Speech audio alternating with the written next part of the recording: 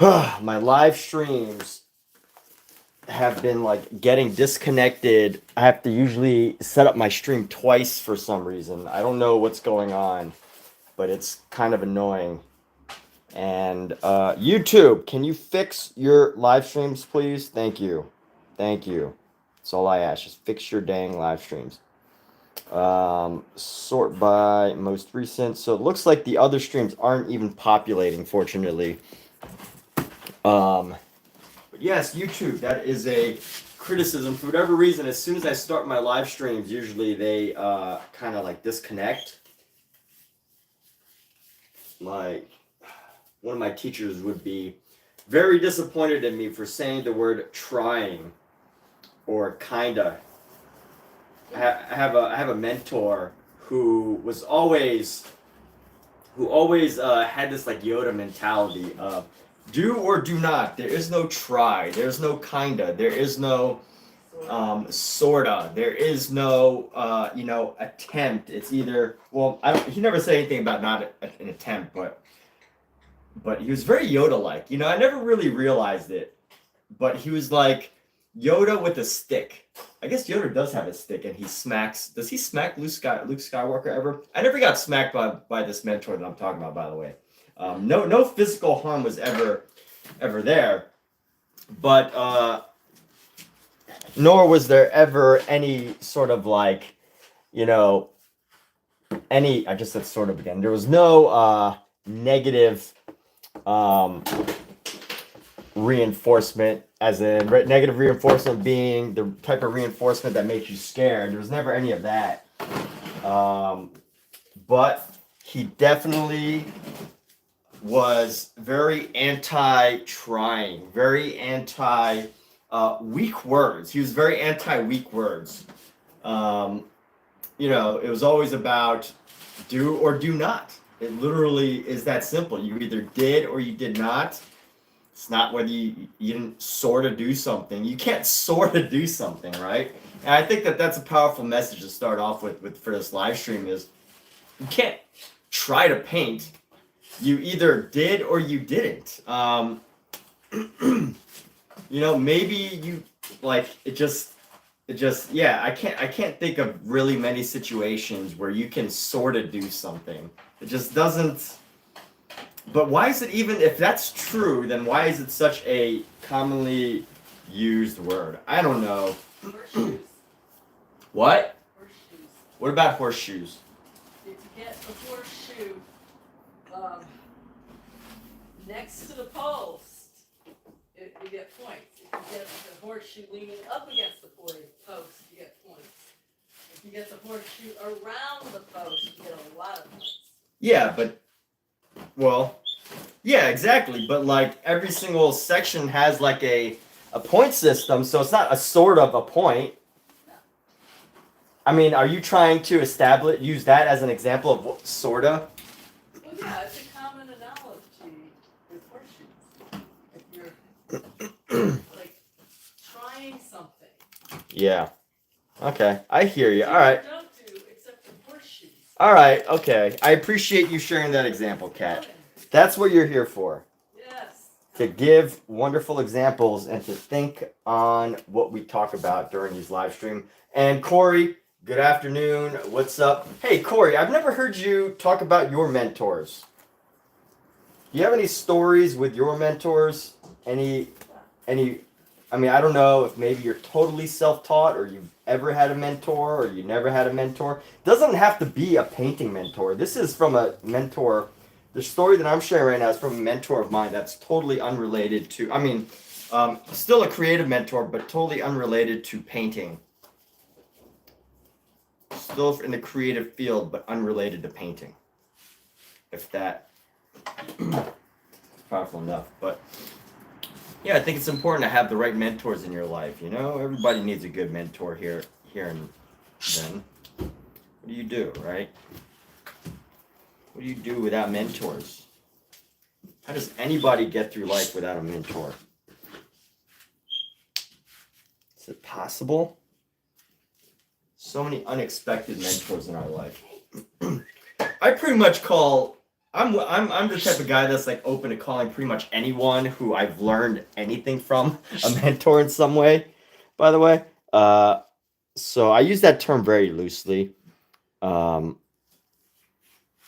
whether it be a teacher or whatever, girlfriend, parent, a random person on the street who, did something profound that provided a profound experience and human kindness to me. Those are all mentors in some way.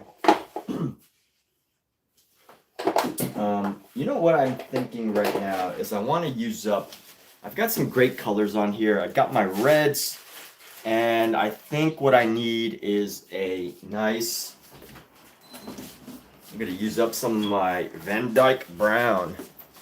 So if anybody has a mentor story, feel free to share it. Let's talk about mentors right now. The importance of a mentor. Whether you're a mentor for yourself, I mean, I guess we could be our own mentors, right? The self-stimulating mentor. But who here has had a mentor story that they want to share? I love hearing mentor stories because it's one thing to like hear personal experience in doing something, but it's another to hear how someone else's story has affected your own life. I find that very interesting. Is like, by the way, I'm trying to use this now, this tube squeezer, and I'm trying to roll all the paint up first, or push all the paint up first to the top before I start rolling again, because otherwise it's going to create like little holes and things like that. So the more you can get your paint tube to roll the paint all the way up, the better you're going to be. All right, so it looks like paint is up, and we've got a little bit more of our tube left. Let's see what other colors we should grab. I've got a little bit of yellow ochre left, a lot of green. Got my ultramarine.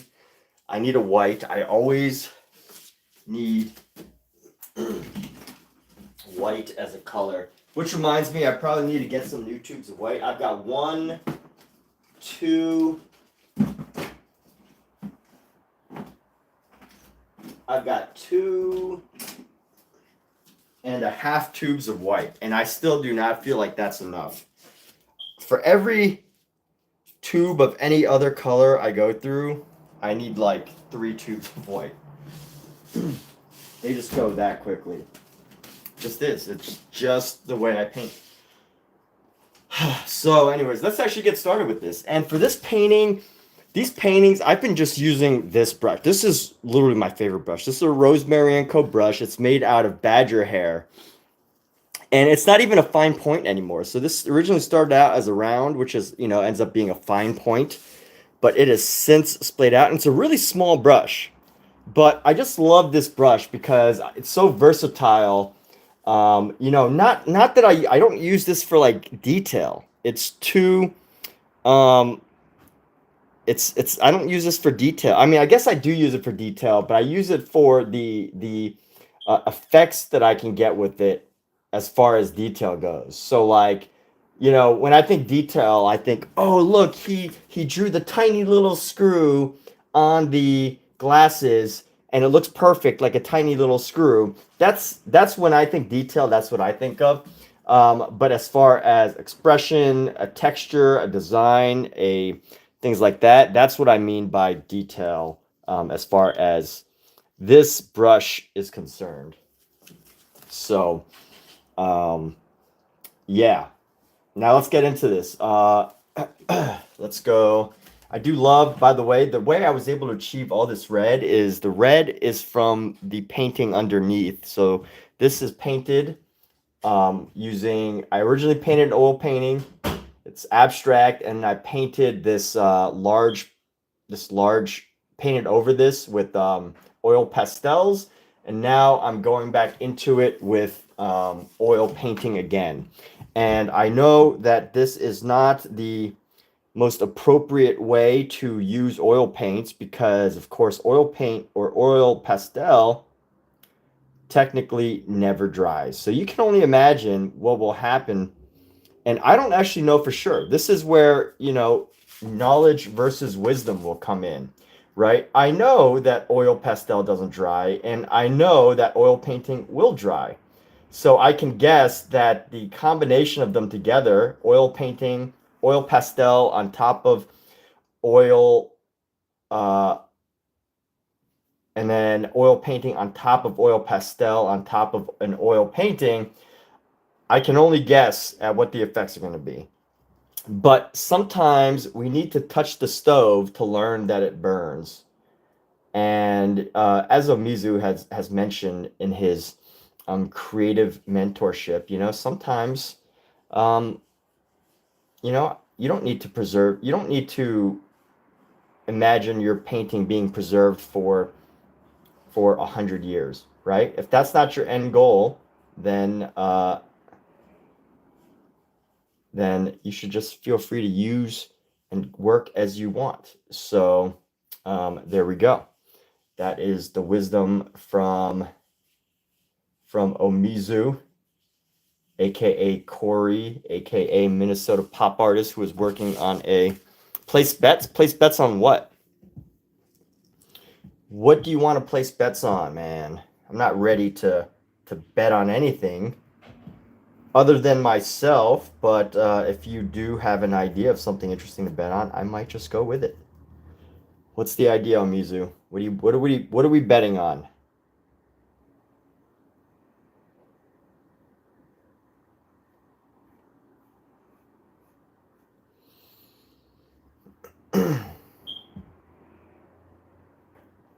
What are we about to bet on here?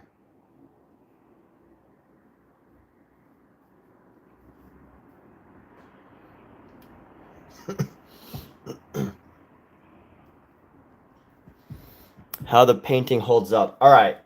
So, and we're talking, are we talking about 100 years, or are we talking about, is our bet going to, are we going to check back in 100 years or 50 years or whatever? And what is it exactly is the bet?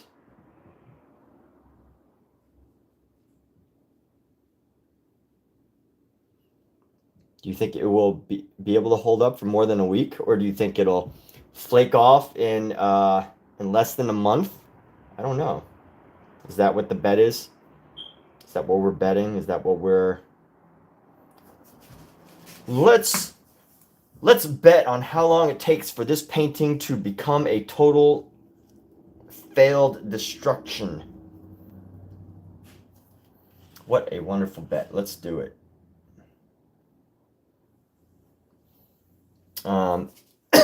Something I haven't painted yet that needs to be painted is there's a little green thing back here. It's a screwdriver that I have back here.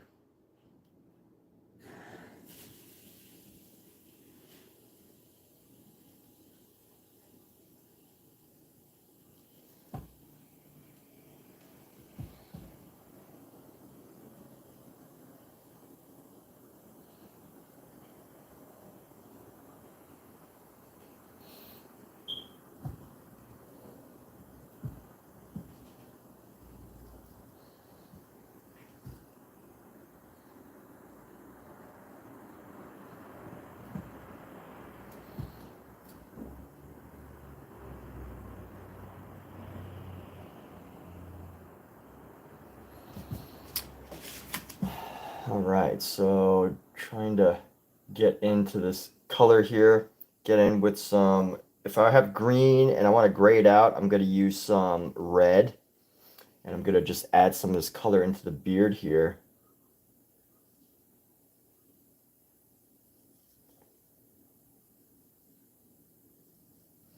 And let's go with some brown.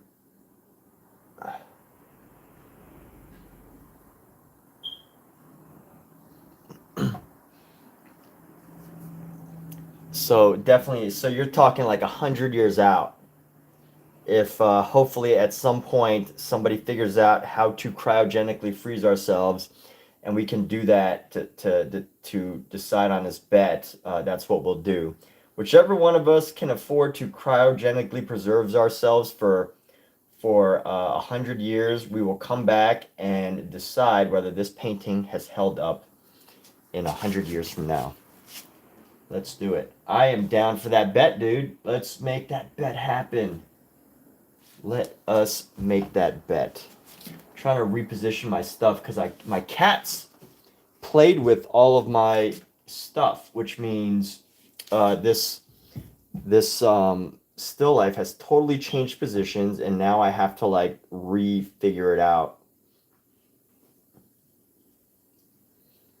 You know what? I could take this color and use it to apply some shadow.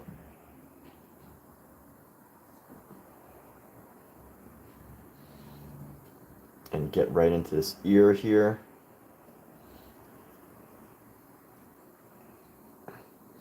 And let's add some of this Van Dyke brown.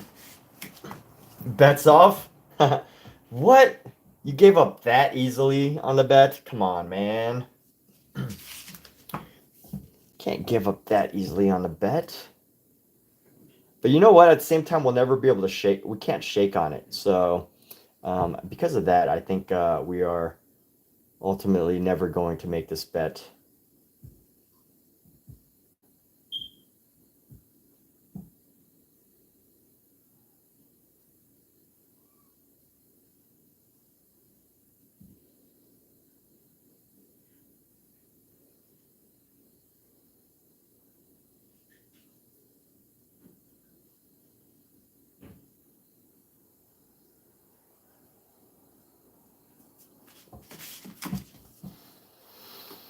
All right, so here we are. I actually like how this texture on the shoe has created a design.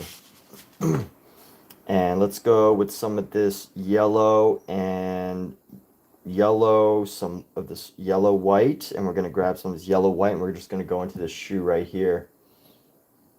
Go into this shoe.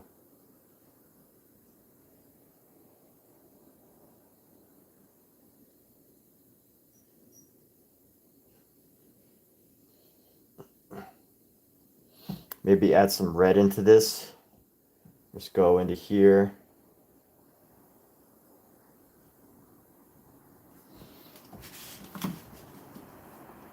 So Mizu, when you're on my live streams, dude, are you also working at the same time? Do you paint and watch these streams? Or is this do you consider this like a nice little reprieve for you, like a nice little break that helps you think or plan your next move as far as your illustrations go? Like what is I guess I should just ask you these things on your live streams, but for whatever reason I always catch you like when I'm just about to go to bed or something. But also another thing is when I watch your live streams, I don't think of the questions because I'm just like, enjoying the conversation that you're already in, that you're already involved in.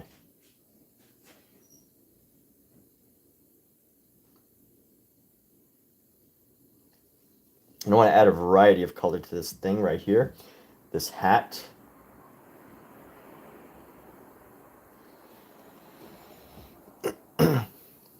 Yes, you watch and work. Cool. Wonderful.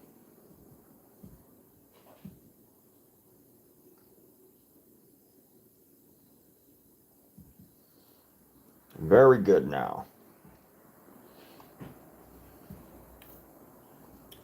And I got this bright orange thing back here. So let's grab our yellow to make this a little bit more orange. And we're going to add orange to this pencil right here. Let's grab some more yellow. So we're going to get our yellow pencils right here. And we got our black right there. I don't have any black paint on my canvas. So I think it's going to be fairly hard to actually establish those black shadows, but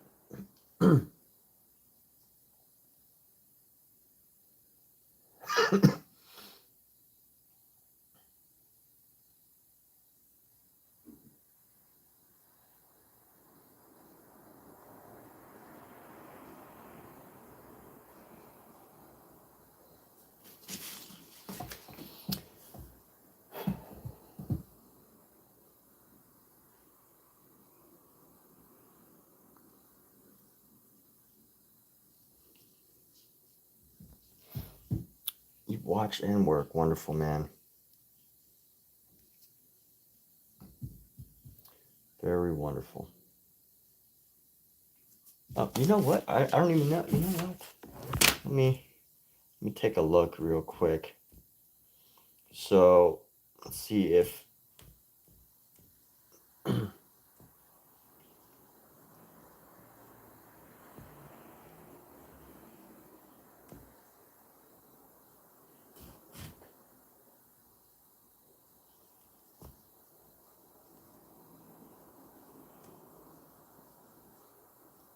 yes, okay, cool.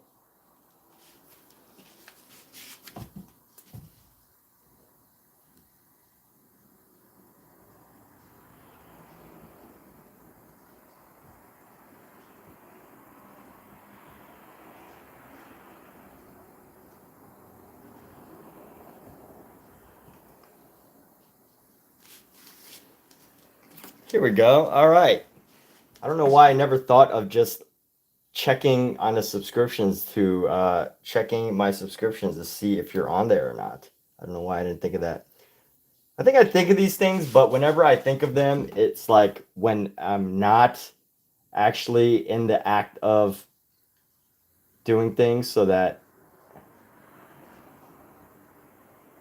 I miss out and like totally forget when I actually do need to do it. So anyway, I'm painting these pencils here. There's some pencils, and we're just adding color to these pencils here. Adding these yellows and oranges here. And let's add like a pale ochre. So we're going to grab a white. We're going to add like a pale ochre to this, just to add some color to the top right here. And then boom. And a little pink space at the top, just to top off this eraser piece. And let's see, do I really want to put detail into this? This painting is like so rough and textured that I don't necessarily want to I don't want to change too much. I do like the where it's at. I do like the texture, the design, the the quirkiness of this, for lack of a better term. There's like a quirkiness. So I might just call this almost done and then start another painting. But let me just go through some areas and see if there's other pieces I can touch up.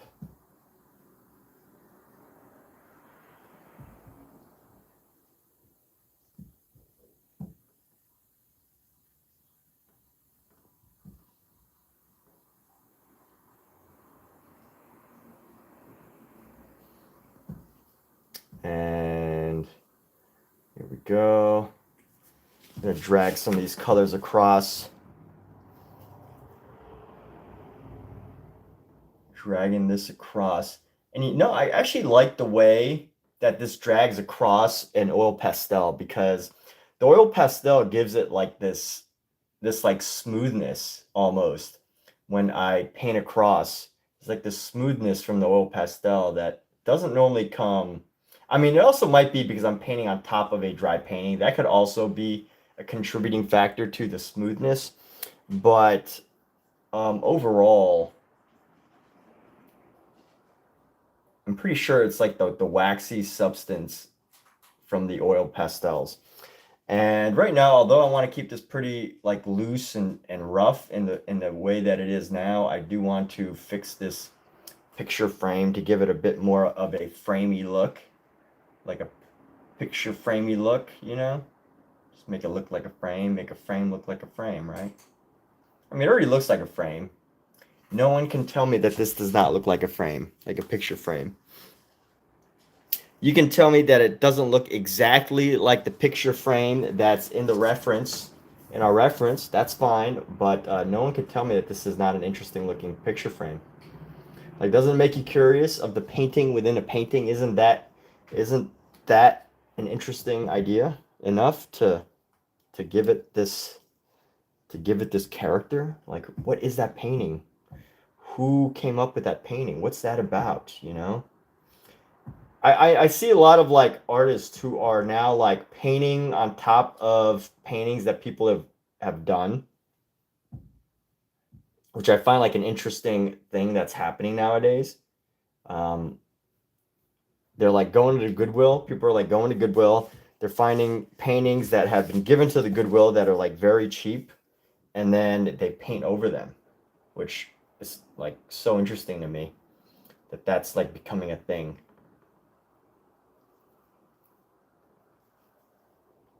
I'm gonna grab some blue to add into the shoe. I think the shoe has too much brown, so I want to add in some streaks of blue here.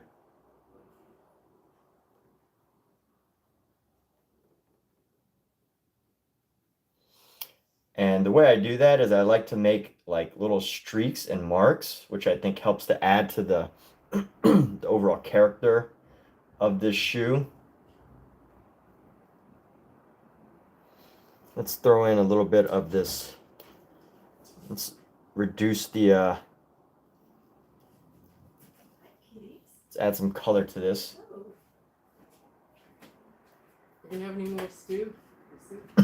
Probably not, but you never know. I'm gonna put it away.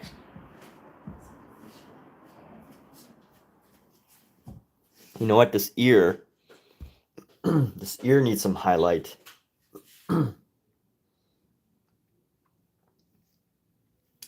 This ear needs some highlight. We grab our white. Maybe I have to mix the white in. So, you know, one of the things that it can be difficult for me that I sometimes struggle with is knowing just because most of the painting that I do is not in layers.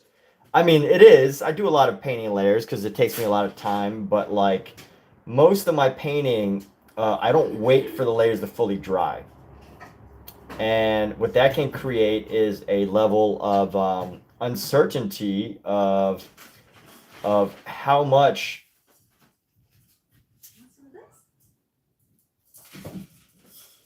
the paint has dried, which ultimately affects the type of paint that I should use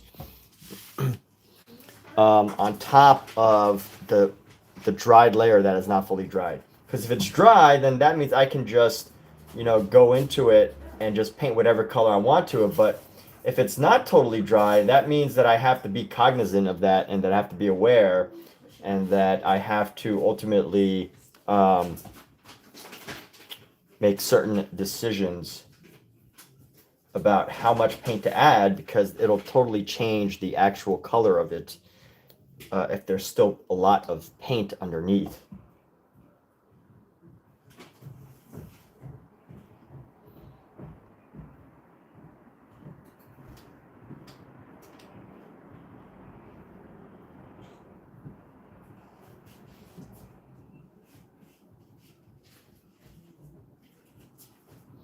So that's very unusual. Huh? Yeah, that's what I heard. Yeah, that's why I was like silent for a second. There's like people outside my door for some reason. I don't know why. Oh, but anyway, so as I do this stream here, just adding some of the lines. You know, I think anything that you look at already has like tremendous amounts of character. Like this shoe that I'm painting already has so much character to it. I just gotta like add my own interpretation, add my own touch to it that gives it a, you know, the unique look that makes my paintings mine, or that, you know, if I'm trying to share this as a creative thought, you know, what's going to make your work yours, right? Like what ideas, what inputs, what habits of yours will manifest into your painting that's going to help create a unique piece. And, you know, of course, depending on what you do, you know, some people are realist painters, and maybe the idea of painting something in some way that is unrealistic is offensive to you. I don't know. Like, I've heard that before, that, I think historically, if you look before the Impressionists, back into like the 1700s or before, artists were technically, they weren't really allowed to have an opinion. They weren't really, creative expression was not a thing. And I know this sounds outrageous today. I know that absolutely sounds outrageous. Like, what do you mean I can't express myself in artwork? Like, what are you, dumb, right? Like, who do you think you are, right? It just sounds ridiculous today, but it's the way it used to be, according to some history books. Now, um, so it's like, I'm not calling anyone dumb, by the way. I'm just saying, like, just from an artist perspective, like, if someone was to tell me I'm not allowed to add my own interpretation to something, or my own unique twist, I'd be like, what are you, like, who are you? Like, depending on the project, right? Someone hires you to do something a very specific way, or like, you're supposed to draw, if you're an animator, or an animator, and you're supposed to draw Mickey Mouse for the animation, and that's what you're hired to do, obviously, you should draw Mickey Mouse without trying to add your own spin to things. But I'm talking about, as far as the general art history is concerned, there was definitely a point in history when artists were not allowed to have their own opinions, right? Like, or not their own opinions, but they weren't allowed to add a piece of themselves into a painting, beyond their expression of the story, really, compared to how it is today. That's what I wanted to say there. But but yes, like, isn't that fascinating though, right? Like, that. So back to what we were talking about. If you're a realist painter, then, and you thrive on realism, and you love to do hyper realism, then maybe, adding your own spin to things might be offensive to you, because if you're going to go realist, then you should paint, and paint things as they specifically are. Then that's like what you do. More power to you. Again, I am basing what I'm saying off of what I've learned from art history. So I know this is not the mentality that, that a lot of artists have today, but I'm sure there's some super hypercritical people out there in the art world, that don't believe in the idea of, a creative self-expression, that the only form of good art is technically brilliant, realism, etc., etc. But here I do want to find some ways to capture, before I go on further on my tirade. I do want to further capture some of. There's something that I wanted to do. I wanted to capture the shapes, some of the curves on this shoe. So let me go right here. I'm gonna use a brighter color here. And let me see, I'm gonna go around like so. Some of the curves on this shoe, and then we're gonna go bring another curve that's gonna be like this.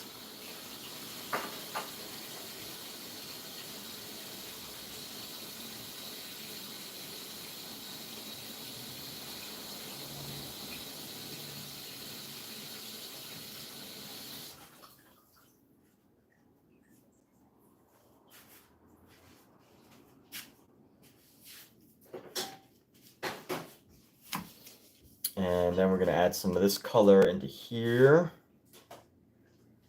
into the boot. I guess, is this actually the boot? The heel. Add some color into the heel. And then let's add some color into here. And then how do I want to do the, I do want to add some of this detail, but not overly done, is I want to add in this these bits of these bits of it's a good brush for this.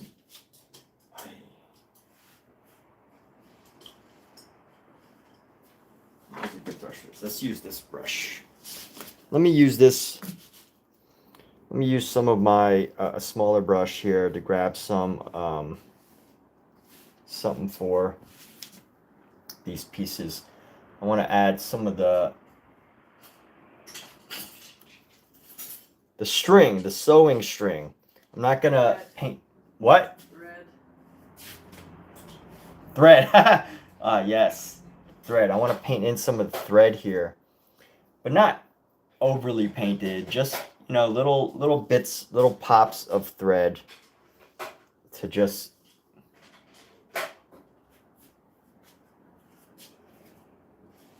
Why do I not know words sometimes? Someone tell me why my vocabulary is so bad. They say one of the biggest reasons for one of the biggest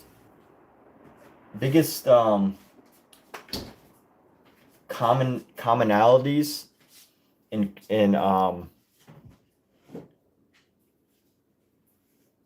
people who commit crimes,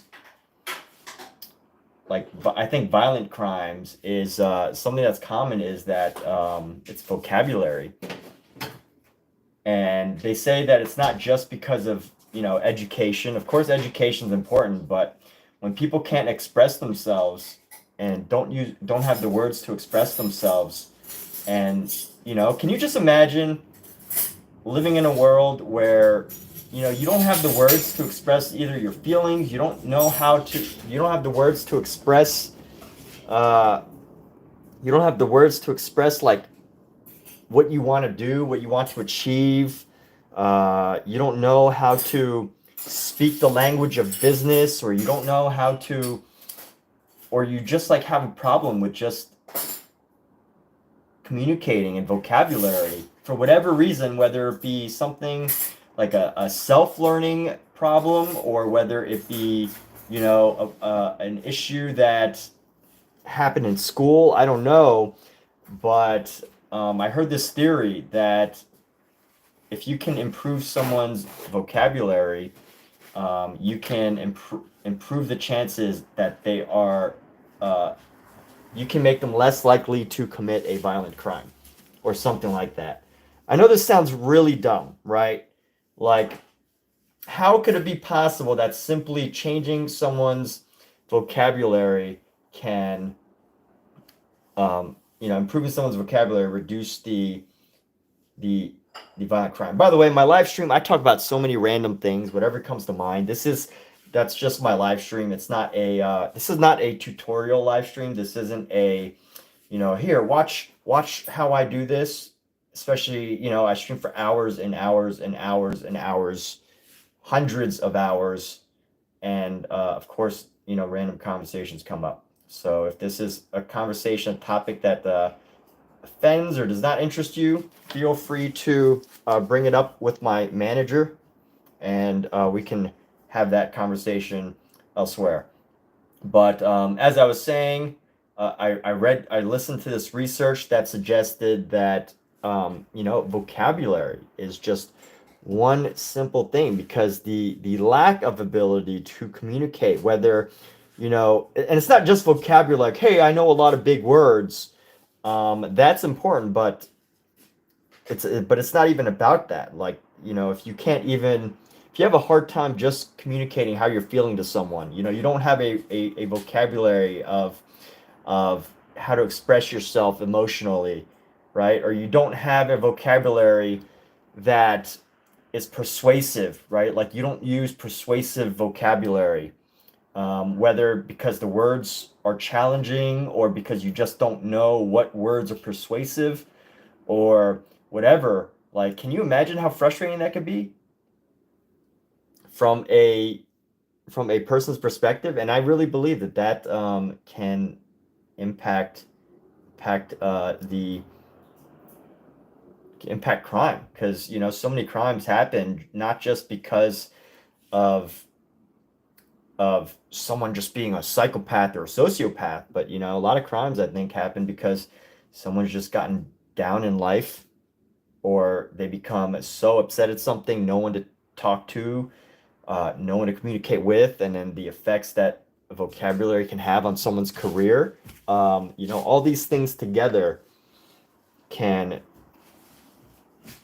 come down to vocabulary. And you know what? I just added this string and or these threads, and these threads barely have like an impact. So only for the person who loves my artwork one day, who sees this in a museum, and then they're like, oh, that's an Emmett Ferguson piece. Let me get closer. And then they're like, oh, look, he even did the details of the string. That's the only person that's going to really find that detail. But that's the one interesting thing I learned about art. As I started looking more into it, there's this idea called the Gestalt theory, or Gestalt principle, I should say.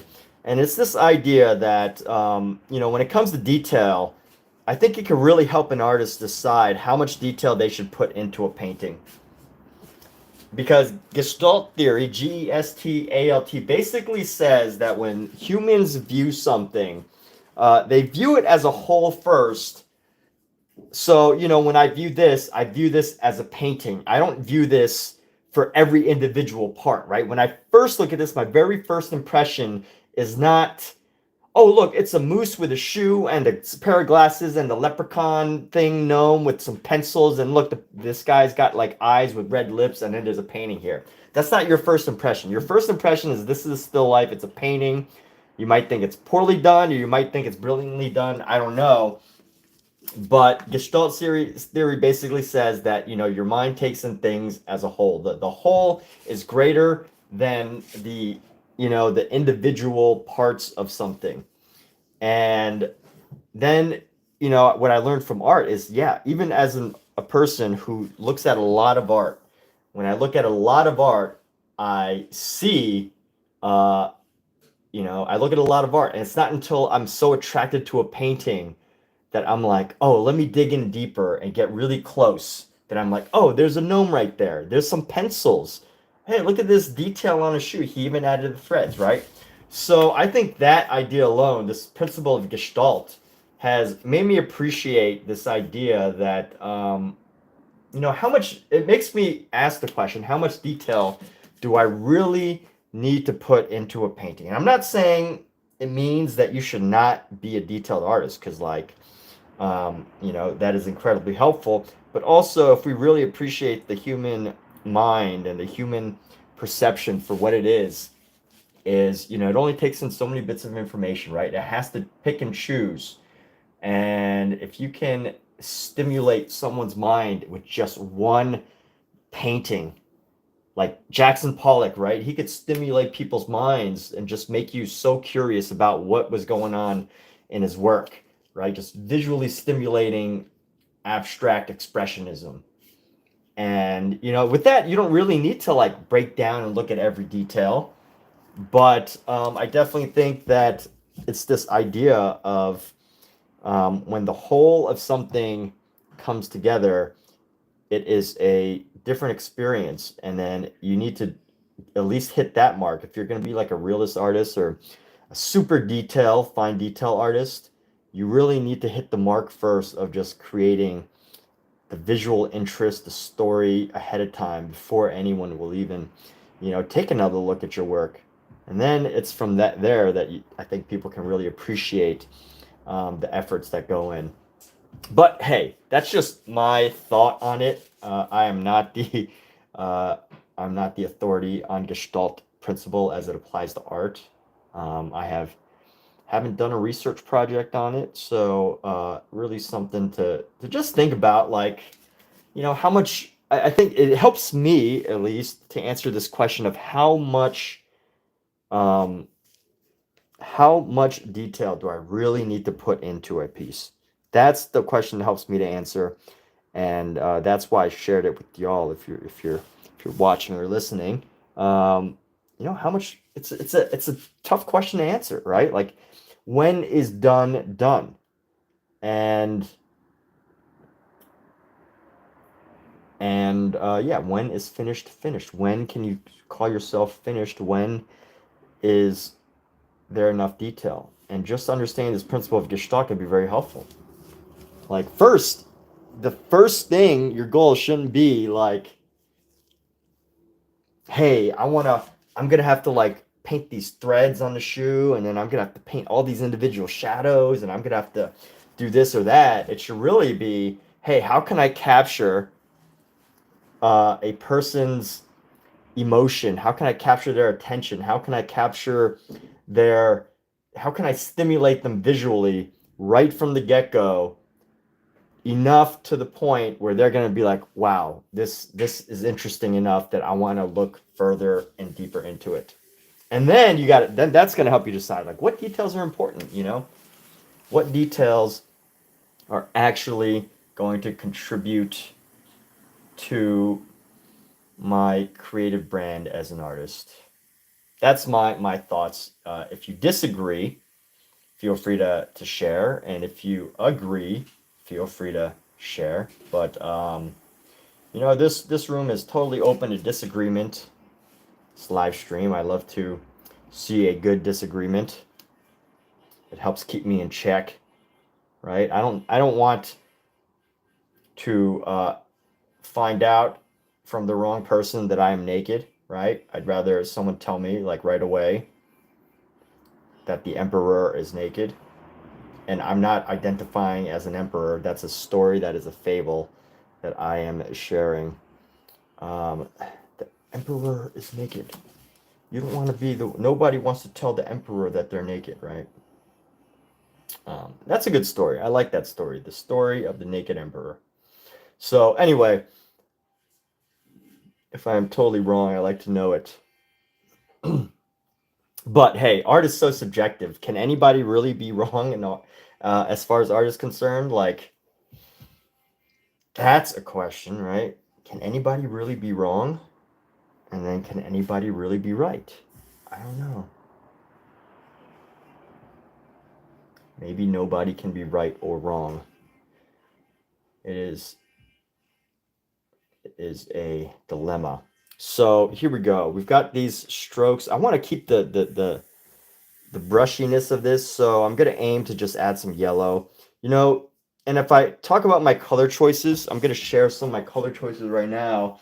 And this is not the answer that this is not the answer that you really want to tell people.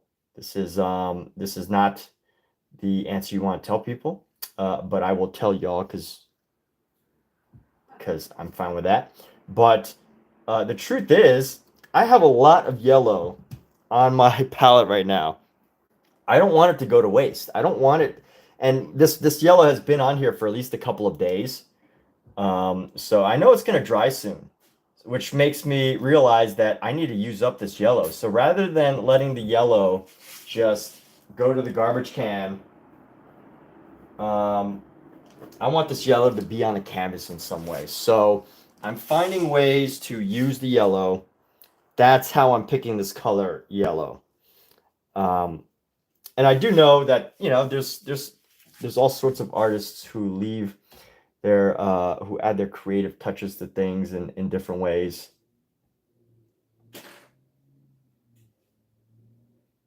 And you know, maybe is it controversial to be like, hey, you know, I'm only picking this color because I just don't want to waste it. I just don't want to waste it. Is that bad? Is that bad? I don't know. Somebody share some wisdom. But here we go. We are gonna go boom, boom. Just add some of this color into here. let's add some strokes into the background, huh? Let's go like, I don't want to add too much. Actually, you know what? Let me go around with this yellow here. We're just gonna go add into this. Let's go add into this painting right here. Just some yellow strokes just to add some highlight into this grass. And then we're gonna go, let's just add some of these right across. And then here. Let's go down like so. Boom, boom, boom, boom, boom, boom, boom, boom, boom, boom, boom, boom, boom. Boom, boom. Boom, boom, boom, boom, boom, boom, boom, boom, boom, boom, boom, boom. Boom, boom, boom, boom, boom. So if you ever see my paintings, don't tell anybody how I pick these colors, please.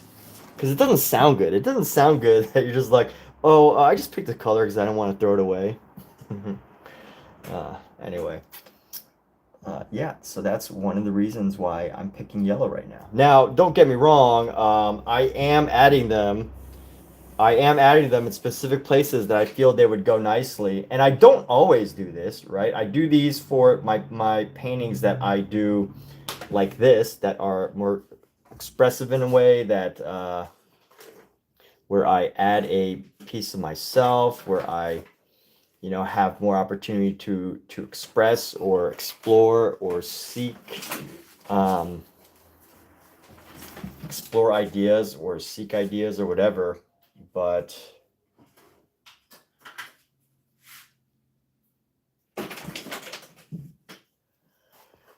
I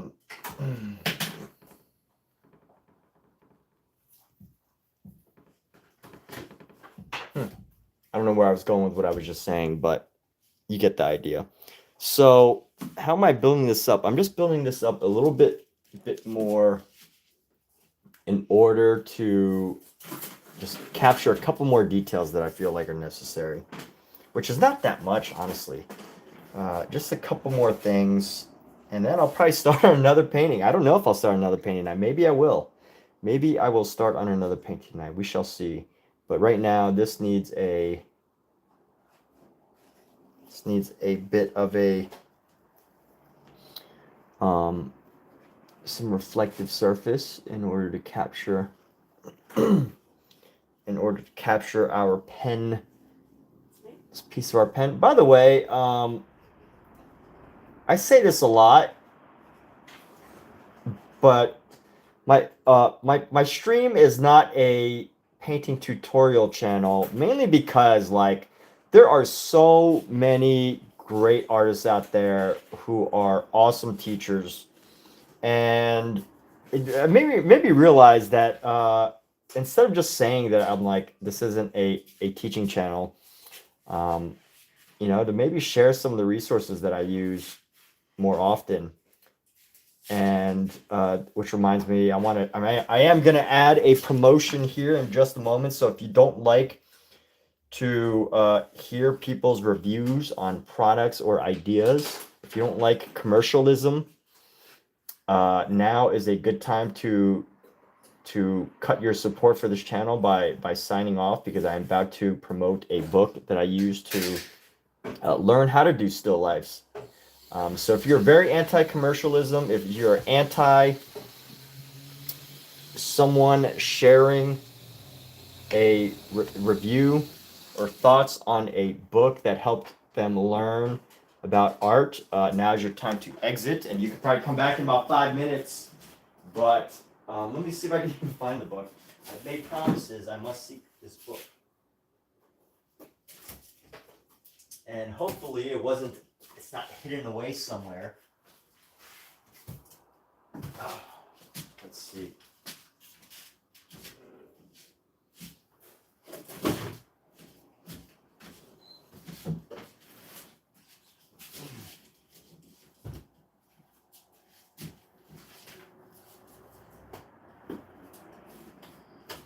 And I can't find it. All these promises. It's called Beginner's Guide to Oil Painting.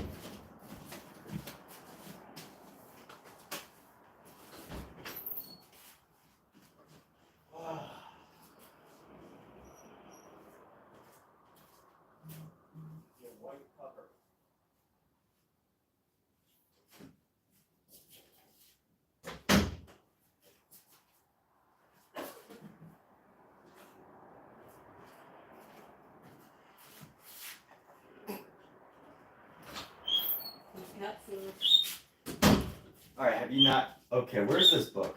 Jeez. I'm always losing my books. I am hiding my annoyance right now. Alright, here we go. Alright, found it. Yay. So here we go. This is, I'm gonna share an amazing book to learn painting. And it is by Craig Stevens, A Simple Still Life Projects to Help You Master the Basics, The Beginner's Guide to Oil Painting. And all this book is like, I don't know how many projects are in here, like 100? Maybe, probably less, I think. Let me see how many projects are in here, like, it's probably like 1, 2, 3, 4, 5, 6, 7, 10, 20, a few dozen projects that teach you basically how to paint.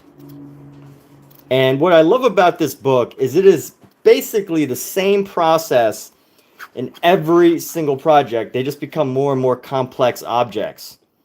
And through this book, it is just absolutely amazing at teaching you how to paint. Like, you know, it's one of those things where it's great to like watch somebody paint and you can learn a lot, but this book breaks it down step by step. And what's beautiful about this book is it's the same step in every single chapter. It's repetitive, but it's repetitive in a good way. It's like, okay, you know, by the time that you're like halfway through this book, it's like, you know, you've either got it or you don't. Like, you should either continue painting or just give up on it totally. I'm totally kidding. You know, you should always stay persistent and keep at it. But but when I say that, I'm not saying so much as to how it looks, how the final product looks, but it's like you're either gonna figure out the simple process, or you're just never, like, you're not gonna do it. And that's like by the half of this book, you will pretty much know how to do an oil painting. Because that's just how good this book is. And again, it's the simple repeated process over and over and over and over a couple dozen times that you're virtually guaranteed to learn how to paint. And if you can't, then you there's something else that you need to figure out for yourself. Like this book just explains. Now again, this is also a stylized book, right? This book is stylized in the sense that, you know, this isn't total realism, right? Like, this painting, you could see the brush mark on this this ornament. So, you know, there's like an artist out there who wants to learn how to paint this a perfect, who wants to paint a perfect where is it? Who wants to paint a perfect Christmas ornament, but doesn't actually want to see the brush strokes, right?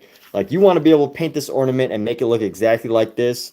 You don't want the, you know, brush stroke.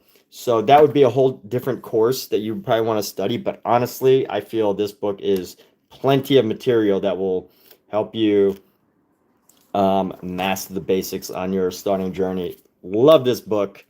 I don't use it as a reference anymore. Like, occasionally I will go to this. Like, here's something else that's great about this book, right?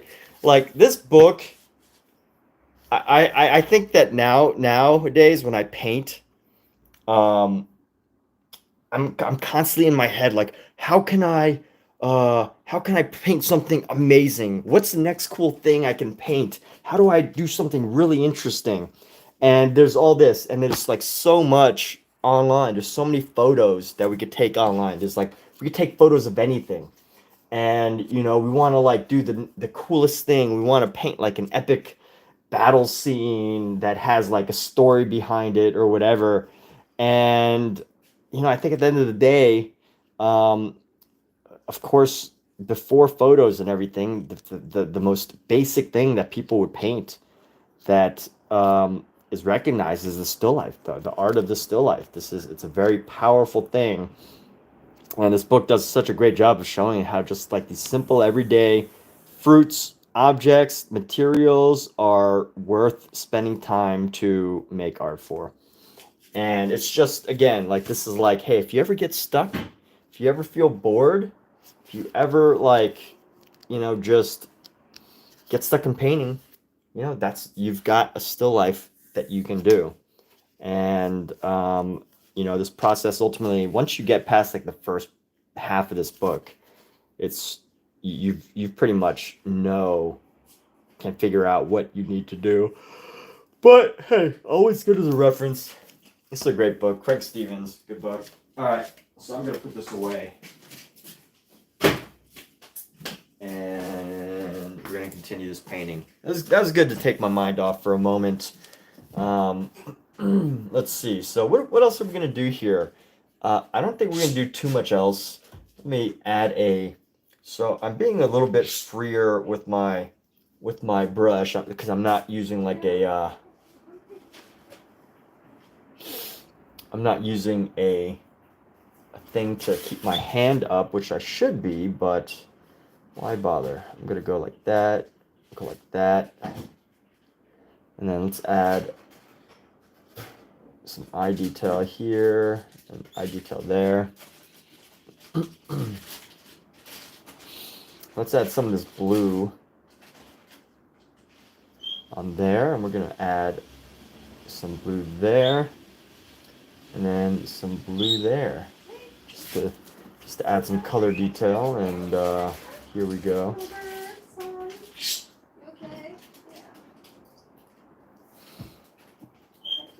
And here we go. Let's try to add some cheekbones, and just adding a couple of details. So here we go. We're gonna go with this arm in here, just to help to separate some of our figure. And let's add some more darker colors down here and around. I'm going to use these colors to create a sense of shadow, but not a total likeness or total shadow. Using different colors to, even though this is gray, I'm using different colors to create the sense of it. And that is just a creative choice. How am I picking these colors? So actually the blue's a little bit more strategic than I'm running out of paint. Or I have too much paint and I need to use it. The blue is a bit more strategic than that. I just know that this ultramarine blue is going to create a certain, it's going to be darker. It's going to be darker than the space around it, which is this light blue. So because I know it's going to be darker, it's going to help me create a shadow. That's it. That's the science behind that. Nothing, nothing too much more beyond that. And so I've got these two shoelaces. I'm missing my shoelaces here. So let me find a good shoelace color. I'm going to mix this blue and find a nice like shoelace color. Let's go down here. I'm gonna go with a shoelace right here. You're not gonna be able to see the shoelace specifically in here, like here, the same way that I see it, but we will. Let's add the shoelace. Maybe we add some red to make it stand out against this green here. I'm gonna go add some white.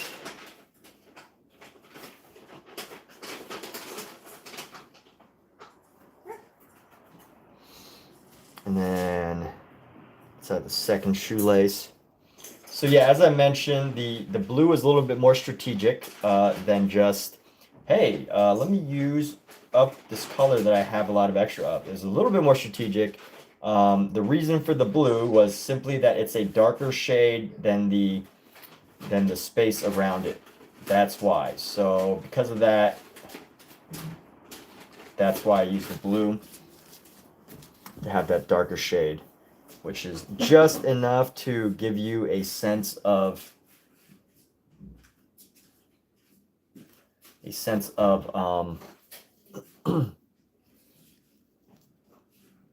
give you a sense of dimension. That's the word I was looking for. A sense of dimension. Not dementia, like, how I forget my words, but dimension. So here we go, right here, let's go right over here. We're gonna go up and about.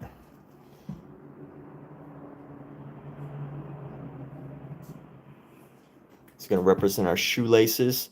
Just going to try to add a bit more shadow into them because they're a bit too white.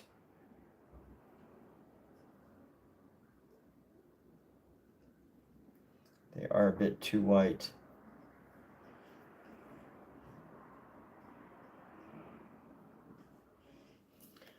Let me see if I can add that into this.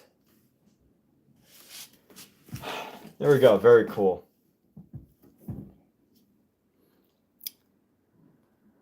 And where else do we go? Where else can I add some stuff? I think I could add a little bit of this color on top of the glasses and add some scratch marks along the glasses, the piece of glasses here. Let's add some scratch marks. This is a very old pair of glasses.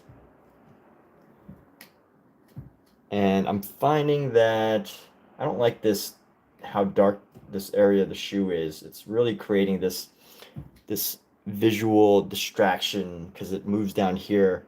So let's try to reduce the space that this takes up, the shadow. It is a scuffed shoe. I will admit that this shoe is fairly old. It is pretty scuffed, which is why it has all these marks rather than just a plain black or brown shoe. It's a very scuffed shoe, which I think gives it character, you know? And let's see here. This moose is looking okay. Let me add some blue into the moose's nose and everything. So we're gonna go into the nose right here, and then we're gonna do another nose like right here. Nose, and then another nose, and then we're gonna go this ear, this eye. Let me do that, and then that part of that part, and then this ear go into.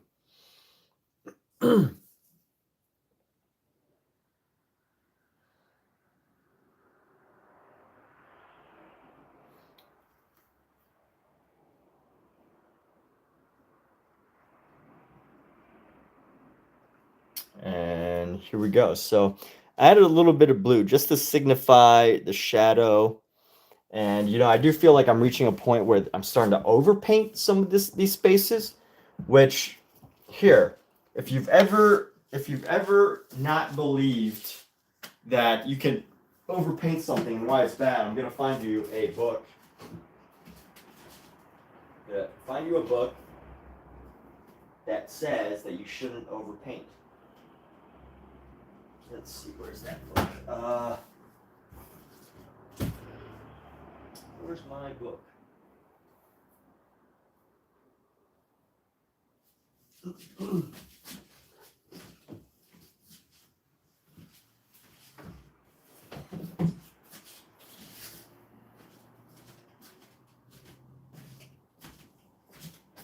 So here's another great book for oil painting.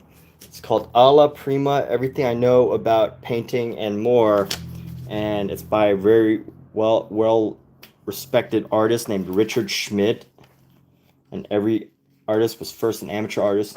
And somewhere in this book, I don't know exactly where, you're just gonna have to believe me when I say how much painting is too much painting. Let me see if I can actually find it though. Maybe the main dish, speed, when things really go wrong, give up, put it away, try fading and calling friends, alternate subject, get an art book, see the master's handle the problem, not a bad idea, but no guarantee of an answer. Play chicken, process of elimination, what not to do is not turning it out to blame. Don't blame yourself. Nail down your problem. You have to translate that. Let's see. He says it somewhere in the rules of painting. Working from inadequate photos. Believing you knew what art was. Trying to understand it. Excessive painting. Let me see. Lots of great wisdom. Choices. When are we done? What does Al Prima? A bit of history. Much ado about something. Letting go. Let's see. When they viewed their survey, people whatever rather than patterns, visual shape, they had to paint what they knew. Okay, that's not adding ingredients. When to know when you're finished? Seeing the light, the way I work, doing it, what you see and what you know. I'm trying to find the answers here. Staring, the big moment, your subject. Let's see. How can we? Where's the section that talks about don't overpaint? Let's see if we can actually find something. If I can, that'll be nice, but it's probably not going to happen. So, great book so far on oil painting, by the way. Chapter 1, good ideas, free advice. Talent, learning, failure, vigilance, confidence, bedrock, en garde, keep it simple. Let's see, don't go overboard with exotic or complex ways to paint. Speak clearly and strongly with your brushes. Don't wish for secrets. There's language, a bedrock. Let's see, does it say anything about finishing? Here we go. When is a painting finished? That is indeed the question. Cynical joke. Painting is finished when the money for it is deposited in the bank. Very good day. You finish your picture.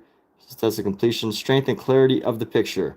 Modest. Sometimes for one reason or another, you get a better idea. Suppose a later day you see things about the process. Okay. Well, you know what? I feel like you're just going to have to take my word on it. That somewhere in here, it says that gives tips on how not to overpaint.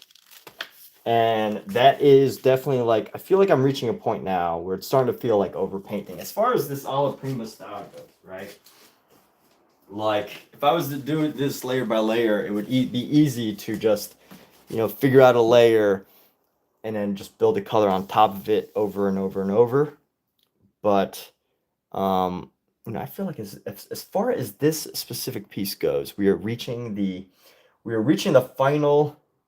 finale of this painting. We're reaching the final moments that make this painting. So we're nearing the wrap up, not the end, just the wrap up of this specific painting. The end sounds so serious. It's too serious of a word. I don't want to use the word the end. Just the finalization of the final details of this piece.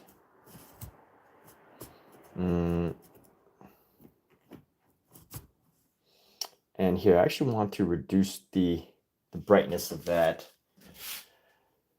But I can never stop painting because I almost always have paint that's wet on my palette, and which makes me constantly need to paint. That's a good way to constantly keep yourself motivated to work, is to always have wet paint on your canvas. Something I learned from writing, from the book. I think it's Stephen King's book on writing. I can't remember exactly if it was, but somewhere in the book he says, like, or maybe it was Ernest Hemingway on writing.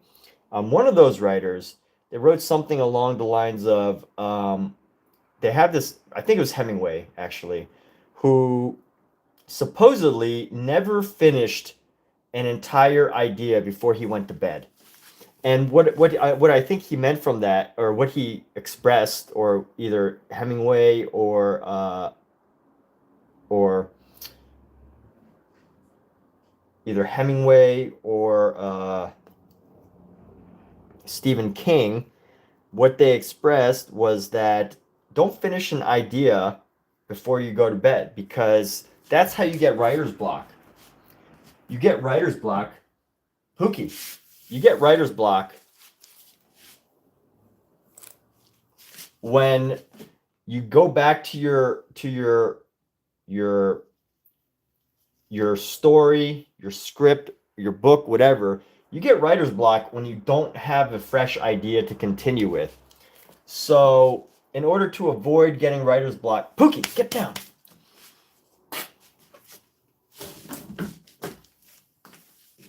Cannot be up here.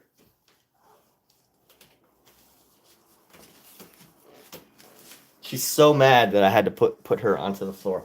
But anyway, what I took from that writing book was this idea that if you're ever painting Like, instead of going to bed with a finished painting, you know, go to bed with an incomplete painting so that the next morning you're not like, you're not like, oh, I don't know what to paint now, right? You always need something to paint. You always need to have something on your canvas ready to go. That's what I took away from that rule that that one of those writers had for themselves is, you know, they avoid writer's block by always having something to write, to never finish an idea, because the next day, once you get back to it, you know, at least you could change that idea.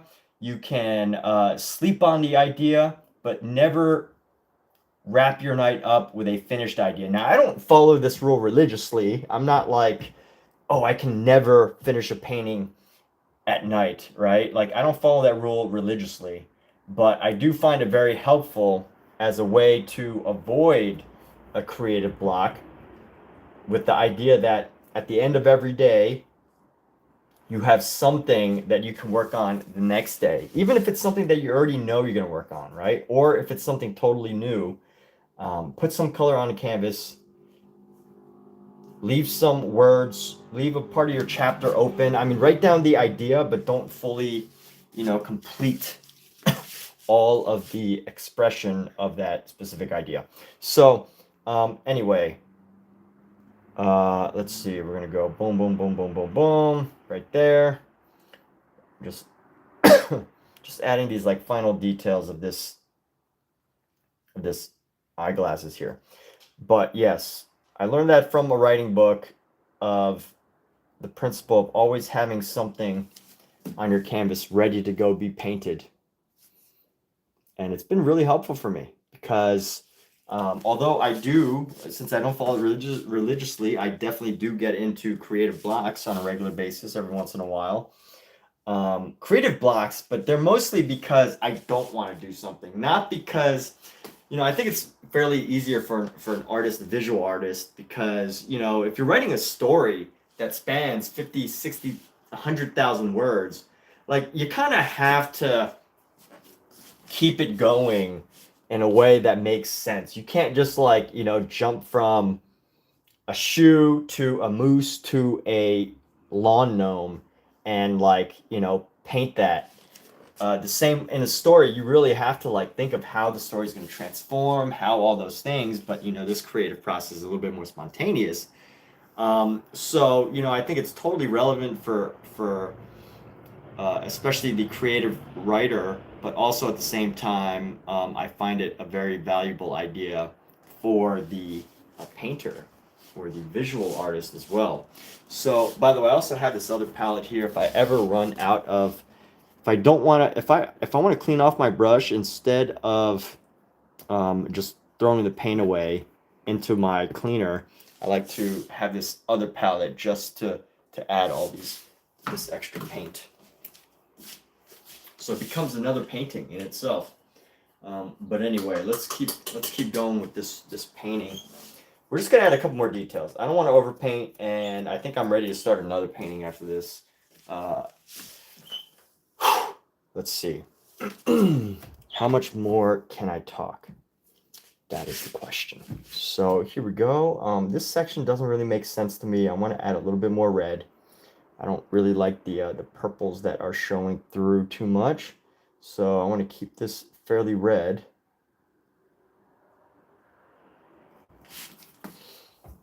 And let's go.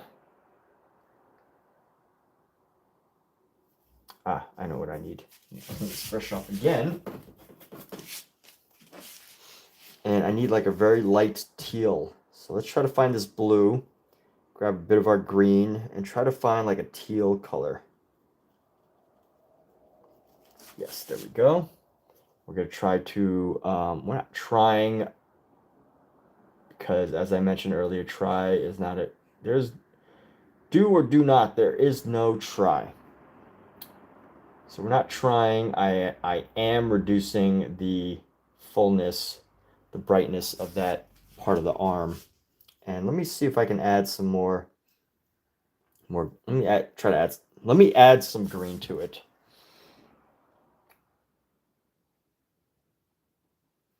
Add some green right there.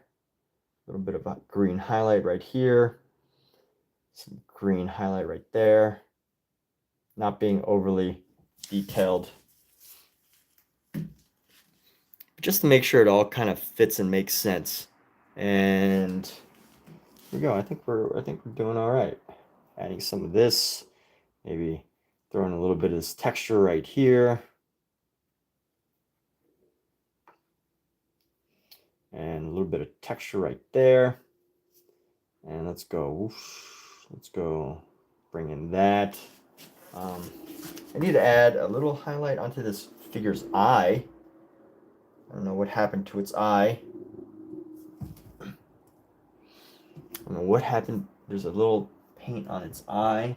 Just a little dab of white.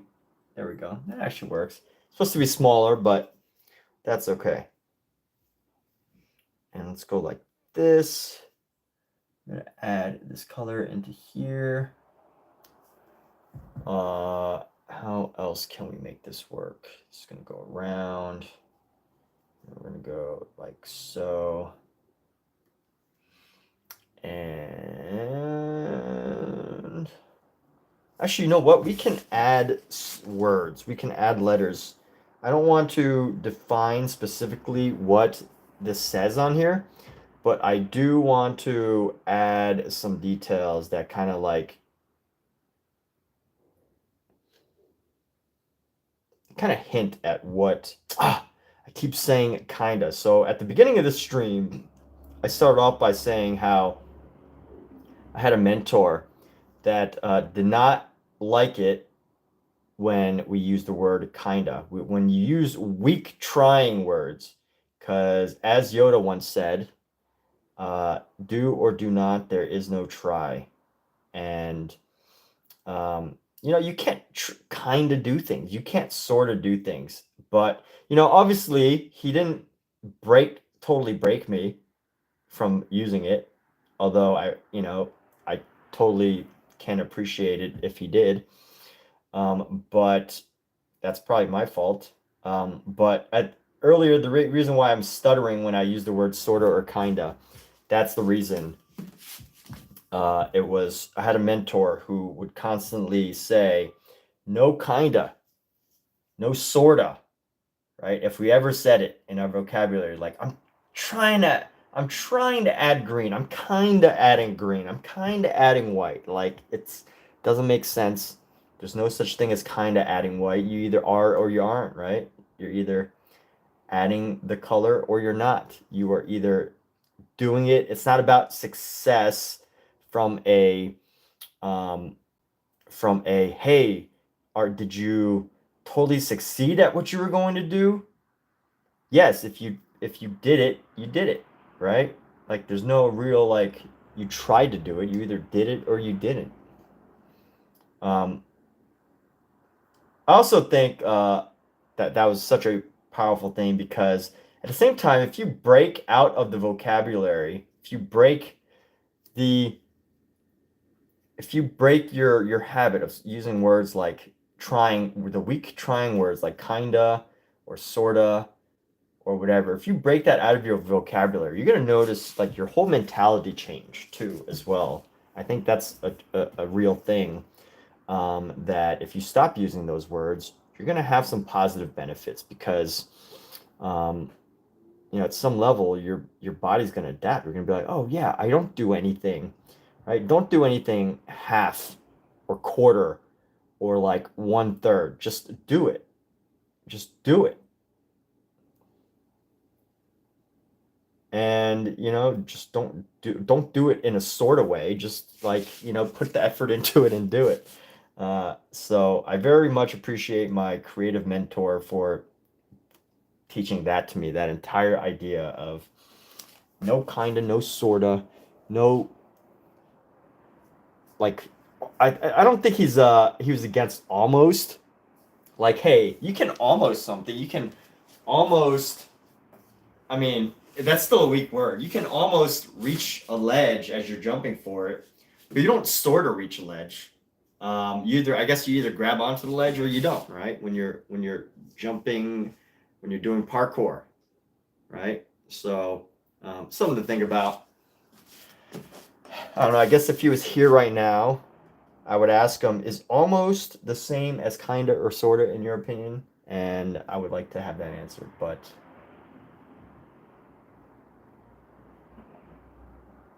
yes. Really great mentor. A great mentor whose aim was always to help you build good habits, good and you know, it all starts with vocabulary, right? Like how you talk to yourself, how you express yourself, all these things are important as far as all these things are important. So I'm just adding little streaks here, streaks of color.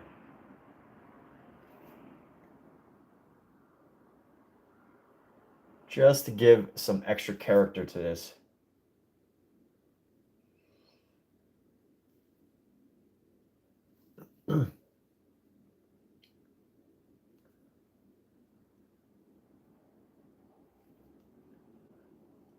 And how am I picking the color? These colors are fairly strategic too. I can see them on where I'm painting, and that makes me realize like, hey, this is the color that you should use. So here, this is very messy. This is very rough, but I like it. And let's see some other ways we can tighten this up. Oh yeah, I have a couple more details. One more detail that I need to add to the mousse.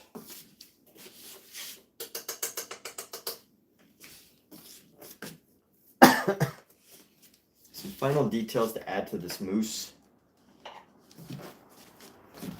And let's go in. We're going to just grab a pure white here. And we're just going to go do this.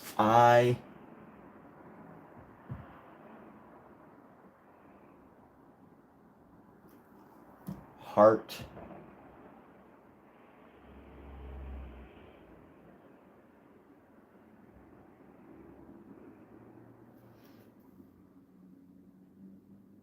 Canada. Who here loves Canada? Raise your hand. Because this painting is for you. I love Canada. I love Canada. Got this little mousse my first time in Canada.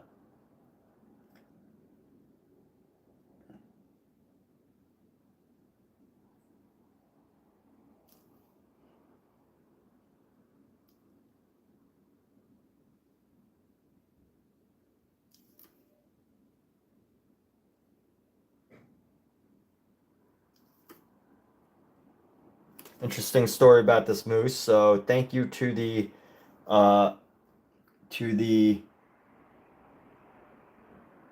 shop owner who gave us a discount on this. So funny story about this mousse is when I went to visit Canada, you know, we took cash and you know, we were just there for the day and we were exchanging.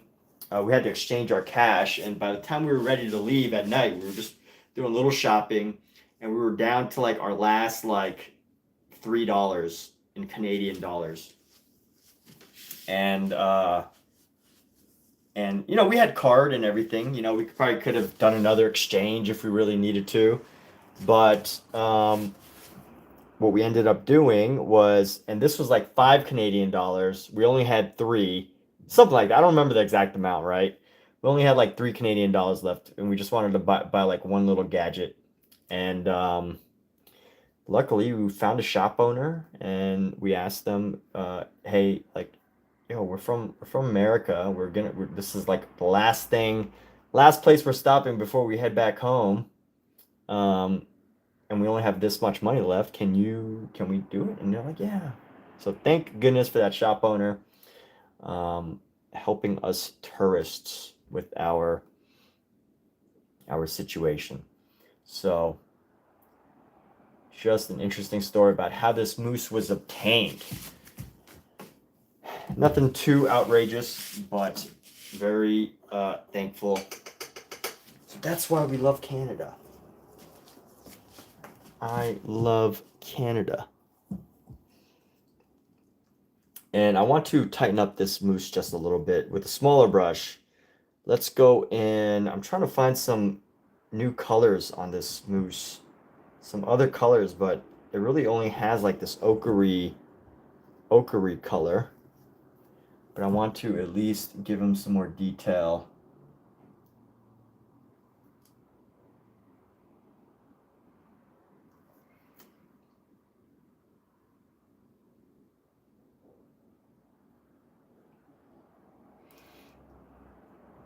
Before the shadow area of this mousse goes around.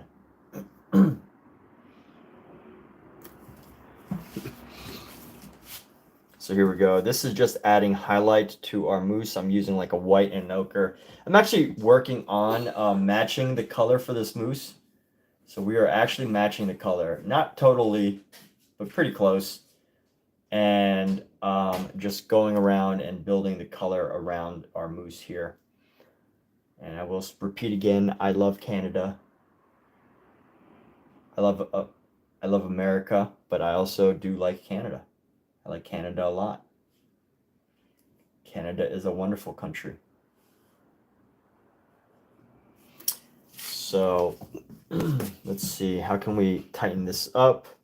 I want to make this color a little bit more uniform. So let me give it some more shape here. Round this out. Let's go. Let's go right here.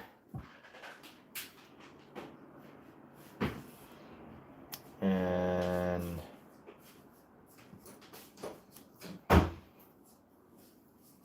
let's go.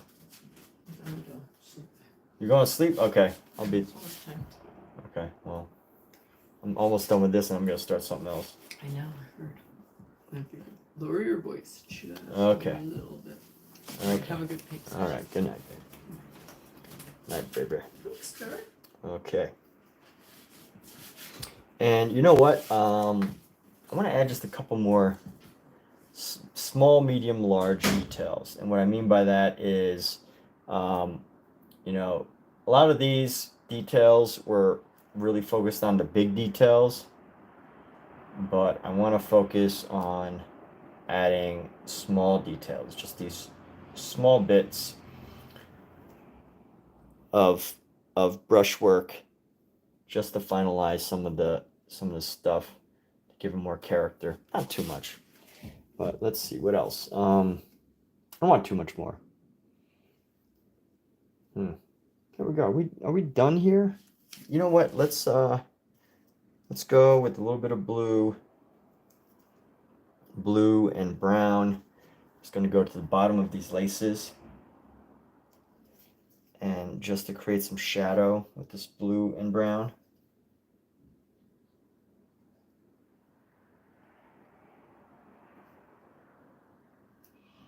Because I want some separation as far as these shoelaces are concerned. I want some separation between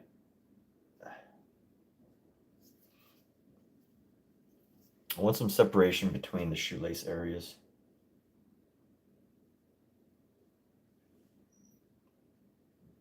The color, at least.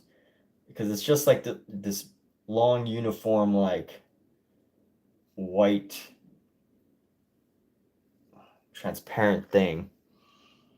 But I want it to have a little bit more dimension, to just give it some separation. And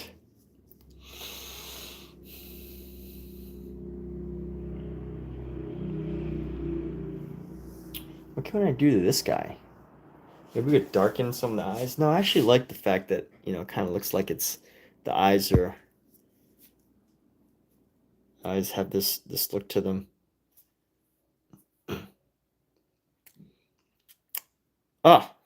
Mizu says he's digging this. Well, I'm glad you're saying that now, because I think that's my cue that I should probably wrap this up. This piece specifically. It has a cue. If Omizu has given his seal of approval, I'm digging this.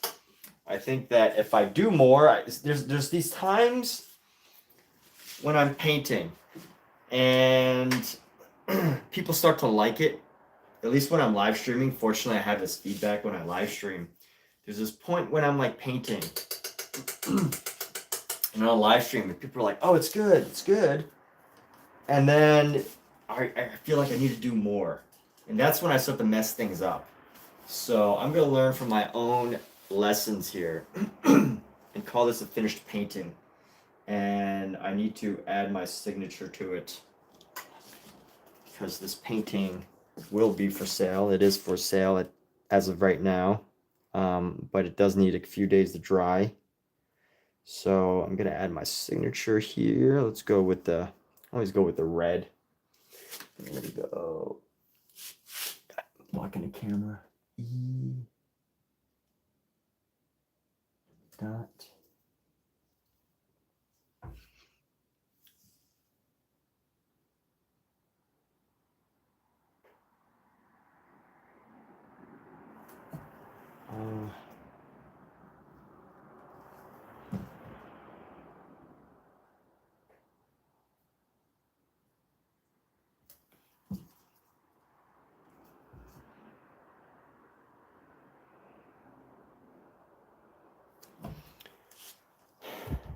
There's my signature along the side there.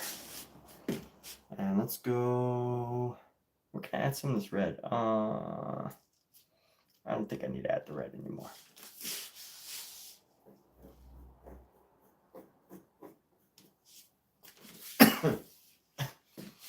So here's what we're gonna do next, everybody. I'm gonna clean up my area. I'm gonna clean up the area. And we're going to prepare our next, we're going to prepare our next still life here. And all of you have the opportunity to help me do that. But let me just put my stuff away first. Let me put these shoes away. Put this moose away.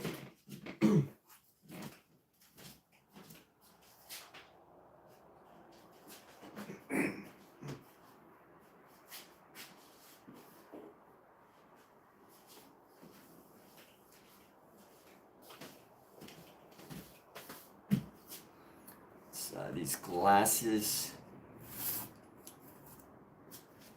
will be put into a safe place.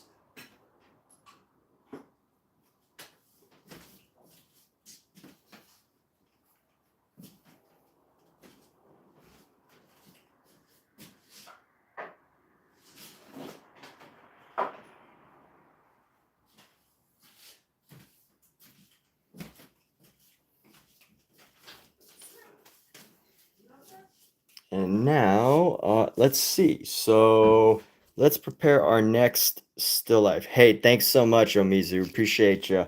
Let's do our next still life. Let me get a couple things together here. I'm gonna go.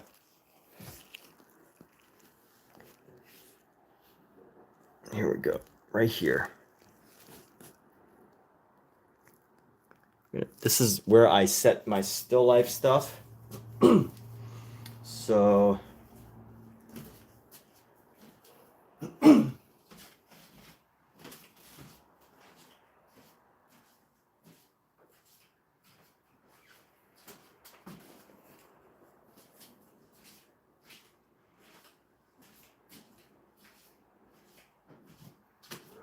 what we're gonna do is, let's see, we'll add some pepper in the front. Good old McCormick. And Morton ionized salt. Maybe we should stack it, right? Let's stack our salt and pepper.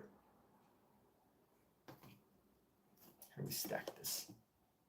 Nah, we don't need to stack it. Let's get our supplies first. Got those two.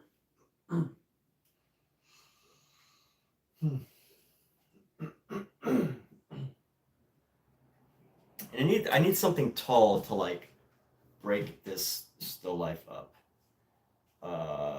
What could be tall that would break it up?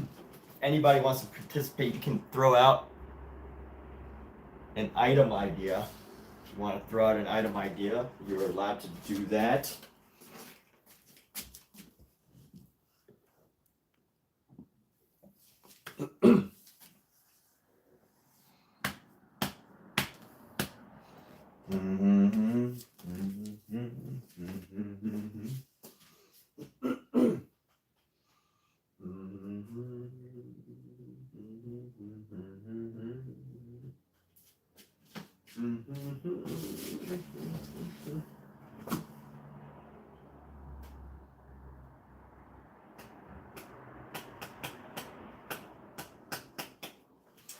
wish I could put a cat up here, but we cannot have a cat up there.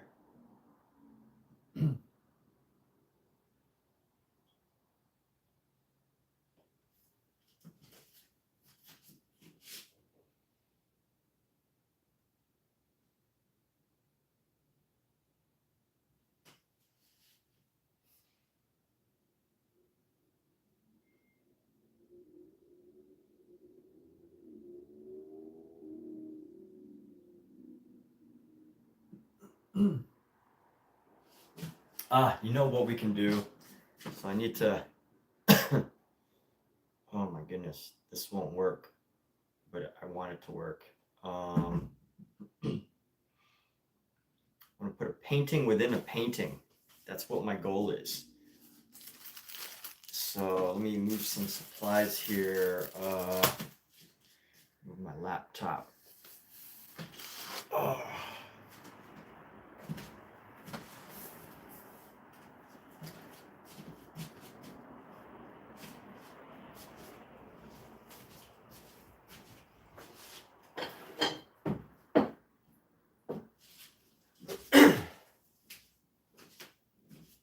And let me move some of my stuff. We have to push this further back against the wall. I don't know why that the happy birthday balloon is stuck there. But let's see how we're arranging our next painting here.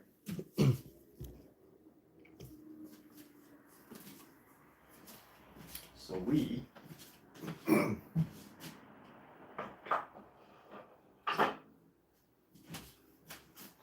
going to use some Gustav Klimt as our backdrop. And hopefully this stays here. Surrounded by a salt shaker and a pepper shaker. It's a little Andy Warhol meets Gustav Klimt, right? Although my style will never be as tight as Andy Warhol's. And let's see, I want to arrange this so that the figure's like right in the center, not in the center. I'm not going to use the whole painting, but I just want the figure of the painting. So I need to figure out how I can arrange the figure so that it makes the 1/3 rule. So the rule of thirds. So if you don't know what the rule of thirds is, the rule of thirds is like if you whatever you want to be the central point of interest or the points of interest, say like an eye or a smile, or like a certain body part, you got to put that in the third of your painting. So you break it painting up into thirds, and then you separate it, and then that's how you create a rule of thirds. You try to put it into the section of thirds.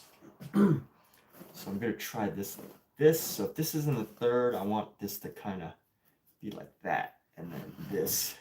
I still want some of the details of this painting as it comes down. Maybe the feet.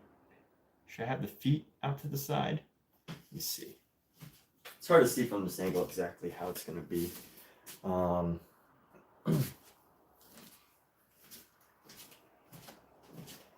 Here we go.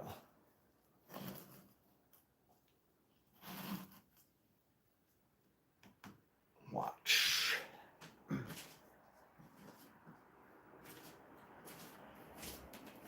Got the Morton iodized salt.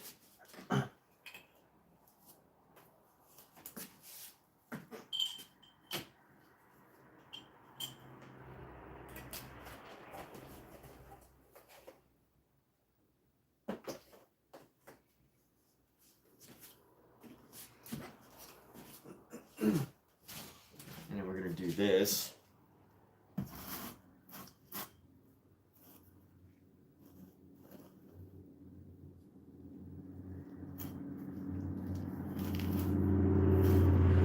Organize this in some way. I don't want to create that gap there. I don't like that gap. It's kind of nice to have these three lined up. Let's see. Is that good? Maybe if I move that a little forward. And then we rotate this. Or maybe I just do this all a little bit more precariously and, you know, leave stuff off the canvas, pull a Salvador Dali and make some stuff off the canvas and just kind of like poking through. So one of the most interesting Salvador Dali paintings that I've seen is one where he pretty much has all of the things like off of the canvas. So let's see, if I move this closer, I can. He has like a bunch of stuff that's like off the canvas, which I think is brilliant. Like there's a lot of stuff that's off the canvas.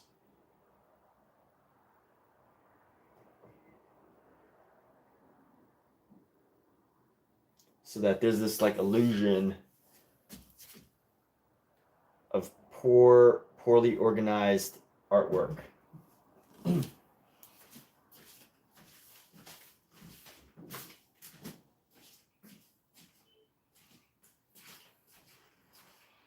Let's do this. We're gonna do a piece of. Oh, it's the same height. That's not gonna work. I need to be able to stack this on top of something.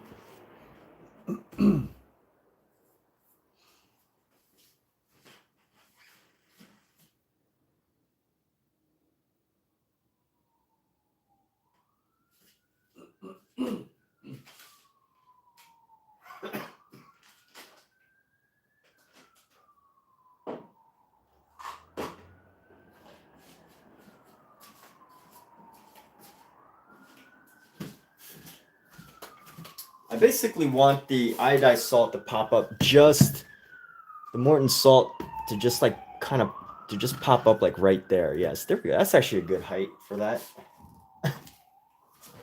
Morton iodized salt.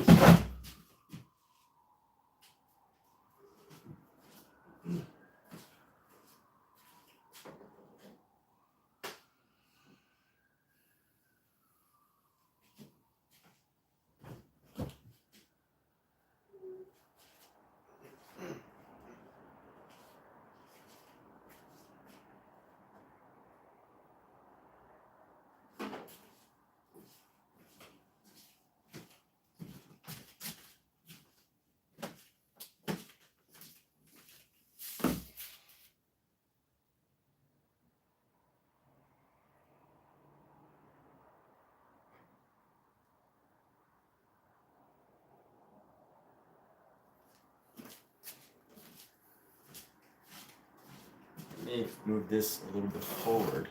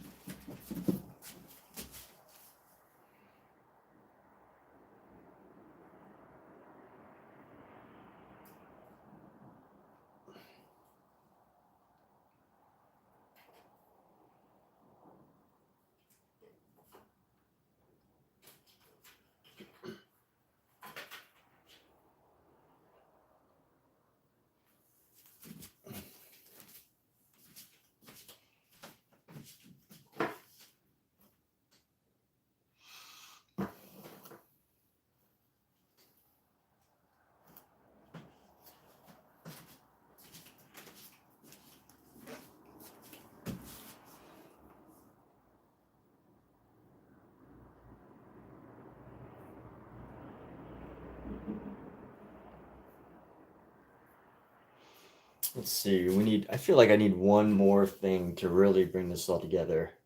1, 2, 3, 4. Yeah, 4 is an unlucky number in Asian culture, so I need one more thing to make this work. Anyone wants to recommend an object, feel free to. But we're going to bring in one more object here.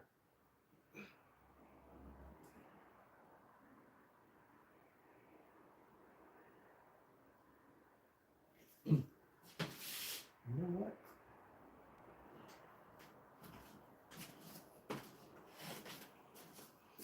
Let's do this cute little, piece of artwork from Russia. I did not go to Russia. I want to make her just peek out from the side here.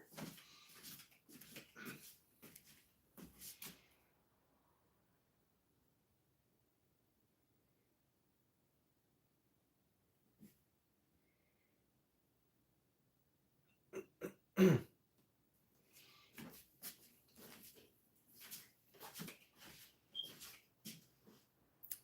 her back just a little further.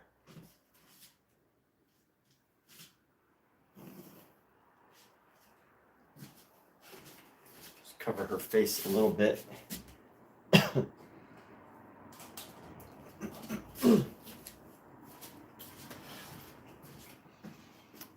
This back a little bit and then try to put her just behind it.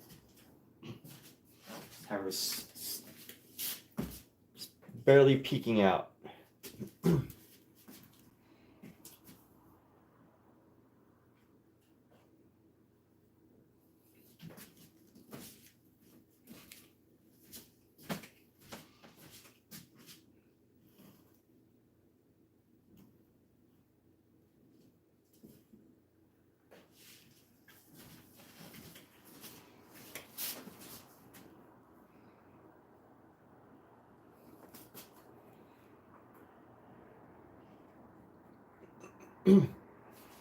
All right. So this is still life. Let me find a painting to paint over.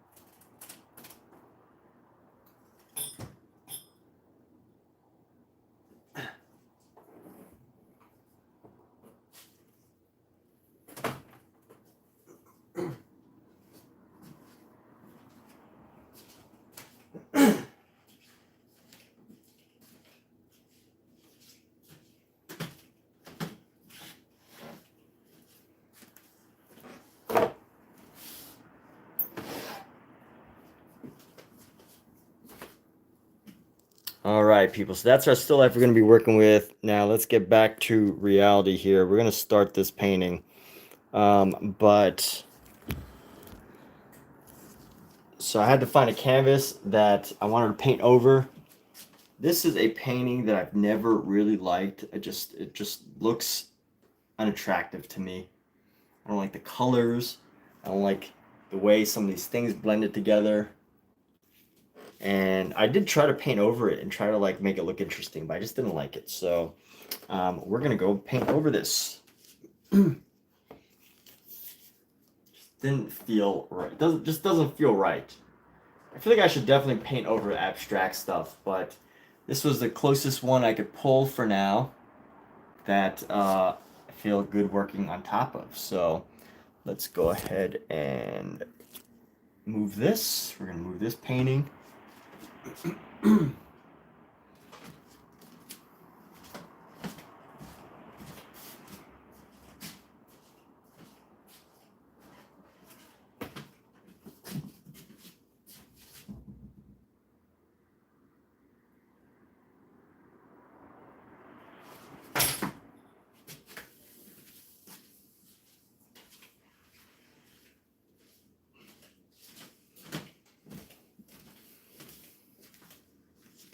So this is what we're going to paint over, and this is a 16 by 20. So we're going to figure out how to make this work. 16 by 20. We're going to do pretty much the same thing. Start with oil pastels and then build our painting on top of this.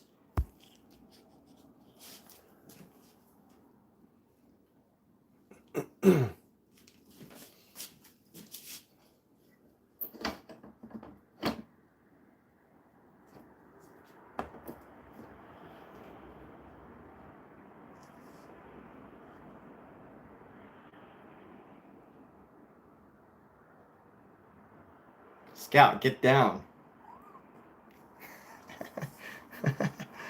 Scout, stop. I can't stop being cute around my paint because you're not supposed to be here. So our kittens, look at this guy. This guy always getting up in our stuff, man. Scout, psst. Get away. Go. Can't be around painting. It's not good for you. It's not good for your health. Alright, I gotta clean my brush off, or my hands, so that I can move him without. Say hello, now say goodbye. Say hello, now say bye-bye. Alright, let's pull out our oil pastels.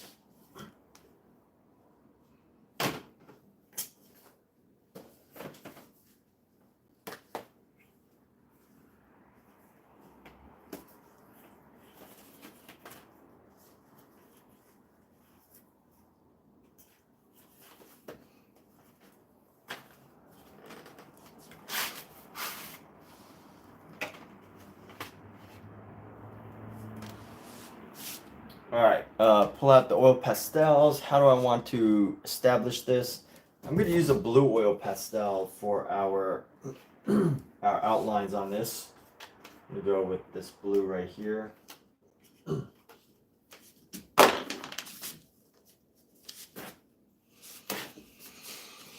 I don't think I'm going to do any painting, but you never know, so I'm going to leave my palette open. But let's just get started here.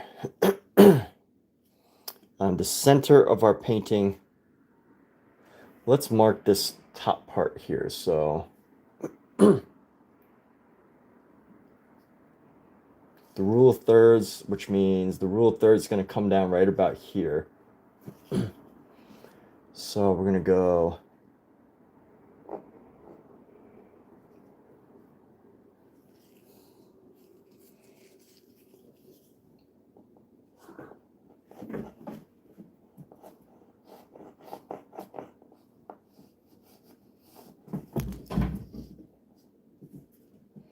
you know what, this can probably come around this way.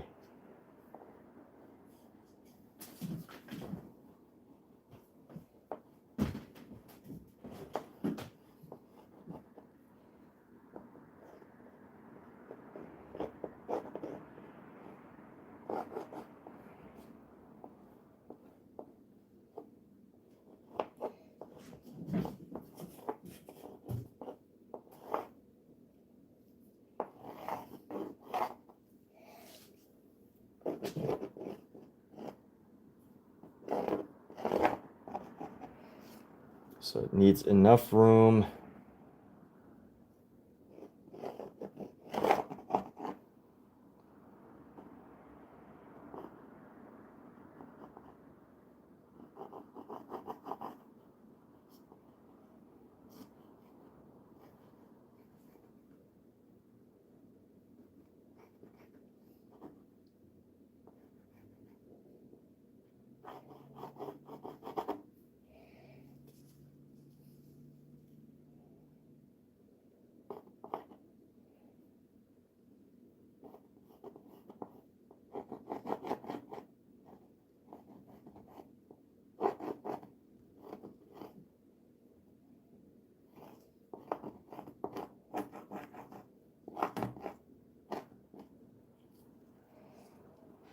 I think this is a little too big. So we're gonna increase the size of it. We're gonna raise this a little bit. Raise this quite a lot, actually. I'm gonna bring this up.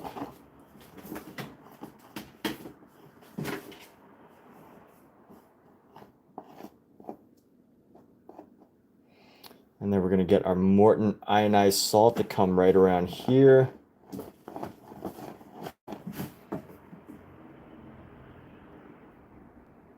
Maybe if this is coming around here, be about where the foot is. Let's sketch out our figures here a little bit better, because these are going to be the most important right here. And I'm just breaking these down into basic shapes.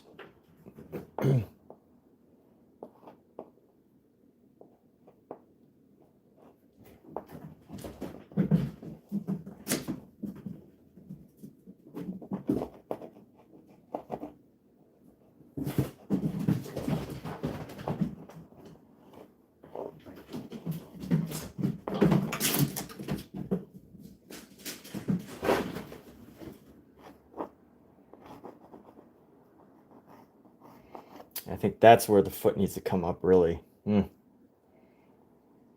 me see. I see the head right here, so mark the head about right there. 1, 1, 2, 3. So the head's gonna go 1, 2, 3. So it needs to end. Yeah, I was right. It needs to end like right around here, which means this is all way too low or way too high. But that's okay.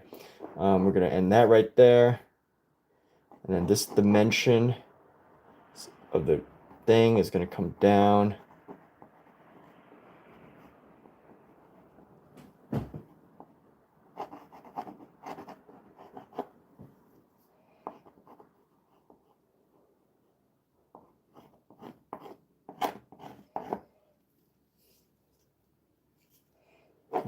This is okay if it comes across.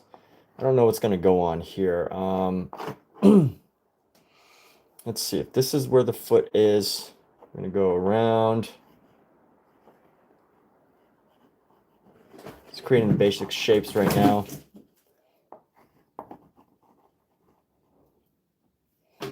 And then you're going to decorative right here. Get decorative, bring this down.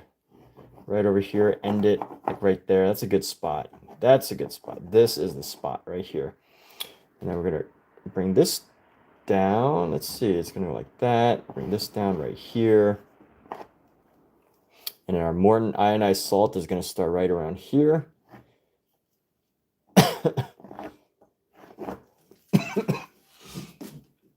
And we're going to bring that around.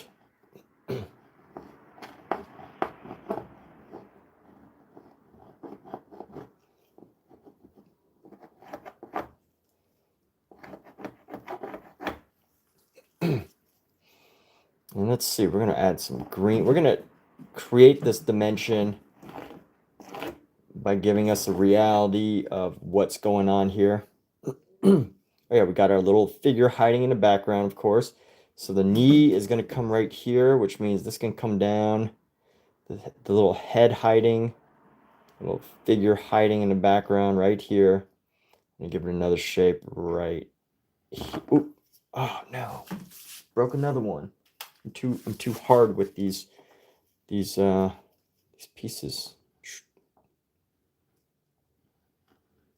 this is a little Russian doll. I think that's actually what they're called, is a Russian doll. I'm not just calling it a doll that I got in Russia. It's actually a little Russian doll. It's not mine. My partner, Kathleen Roy, my partner, she's a collector. You've probably seen her on this live stream quite a few times. She's a collector of fine art. She's a collector of fine arts. So here we go. So here we go. We're going to go across here. And I want to find I want to move this piece off of the canvas.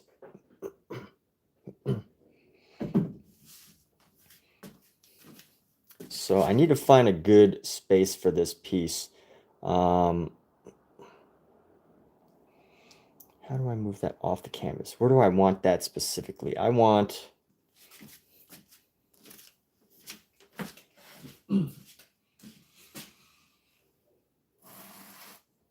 I want that piece to be off the canvas.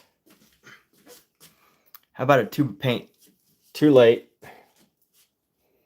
Thank you for the input though, but it is too late. I've already begun my adventure.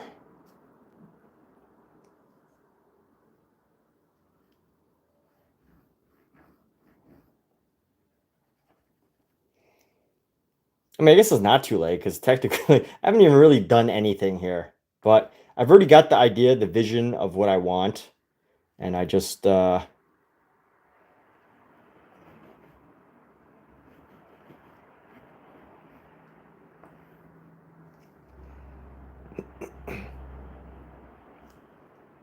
is gonna go right here actually. I'm gonna go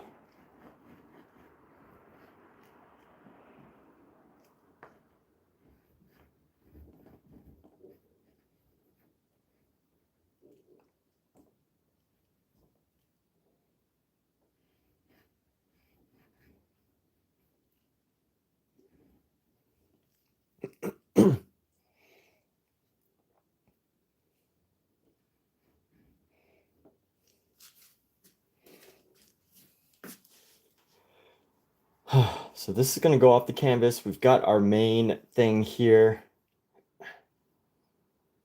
So we're just going to have a lot of empty space right here, I guess.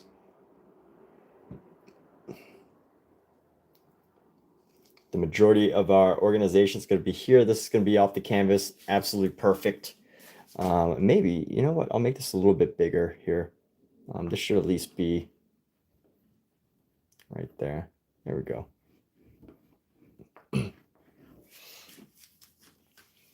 And let's go like this. So I use oil pastels for these because I like the way the oil pastels merge onto the final piece. So let me just start right here. I am going to go straight into this using a nice blue oil pastel.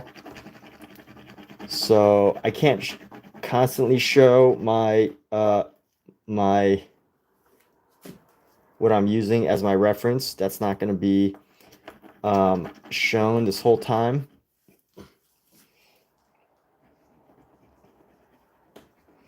But I probably will show it again at some point, just not right now. And you know what? This needs to be pretty much green across from here. So we're going to go... Oh, this is perfect. Go green across from there. And then, what is this again? Oh yeah, that's the feet. That doesn't actually need to be there. So this actually crosses right here because the feet are actually right up here. So let me grab our green, just establishing some of our area here, establishing our spaces. Find a good dark green.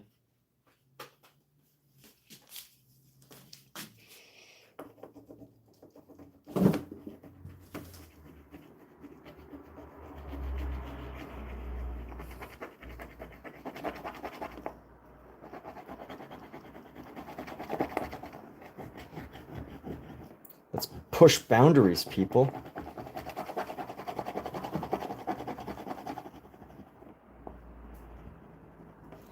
Are we pushing boundaries? Is doing still life? Is it possible to push boundaries with still life? In any way that hasn't already been done 5 billion times? Probably not. So, am I being overly creative with this? I don't know. Only time will tell.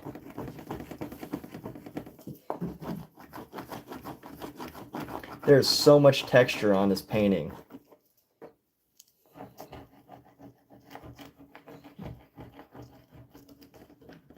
say highly textured painting here.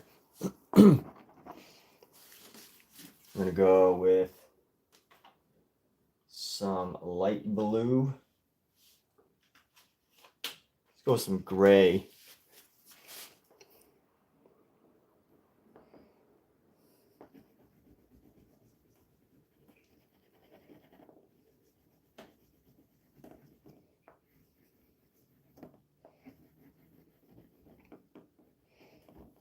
And then we're going to grab our white. We're just going to fill this in with white.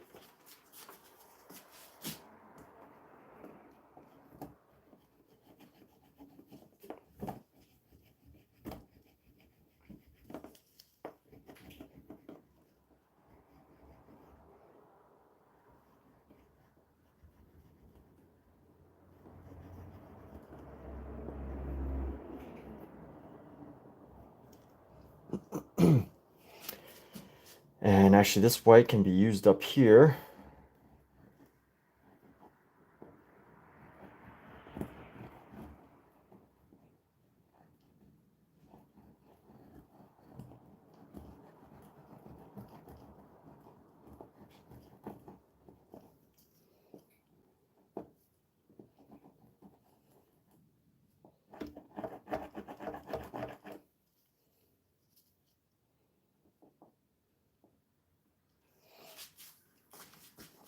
And let's go, actually the top of this can be white.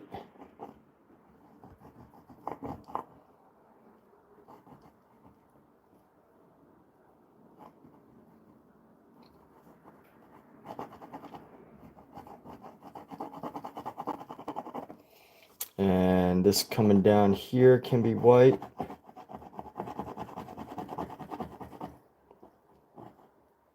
See, it's going to come right down to about here. And it's more white than the rest of it. And then this is going to come around like so. A little less white. And let's use this. Actually, you know what? How can I do some more stuff with this? We're going to go gold. Let's find our yellow. Or our ochre. We're going to go with an ochre here. Or our ochre pastel. Let's go like this. I'm going to go just to find some of our shapes here.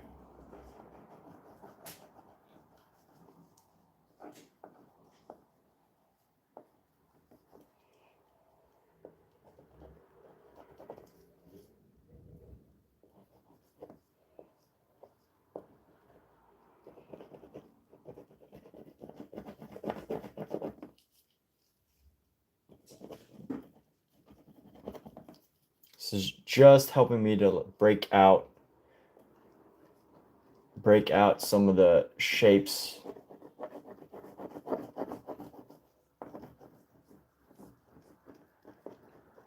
So I can better see once I get started everything that's happening here.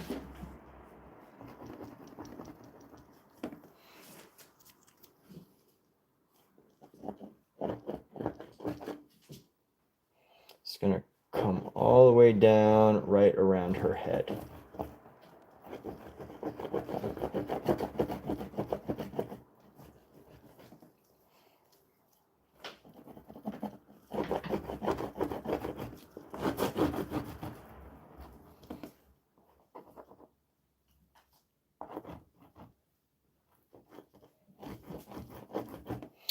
You know what, I'm gonna keep this color surrounding her.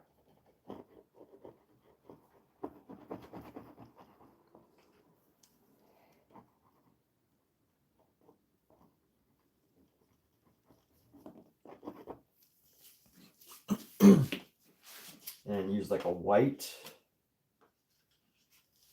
to go into this. So using oil pastels to build our figures here. Let's go with our, there's a heel, and then there's another foot that comes around.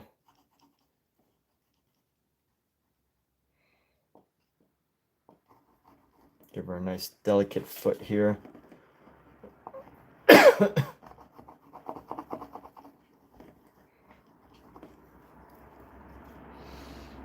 let's go.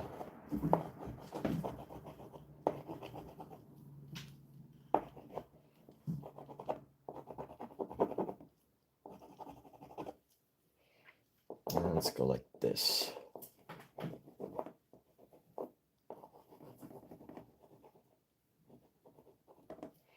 Just getting the basic shapes down here.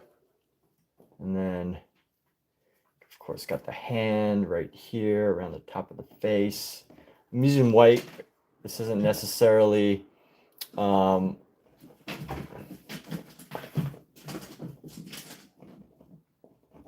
there's, you know, so many other ways to do this. So many other ways to do this. That this isn't necessarily the right way or the wrong way. You know, it's a stylization. It is an interpretation. So let me grab a black here. You go with the black.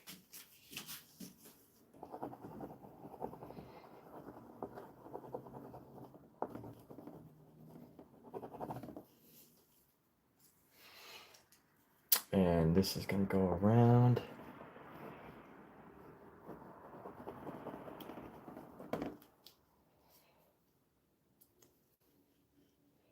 Let's add some shadow into this, shall we?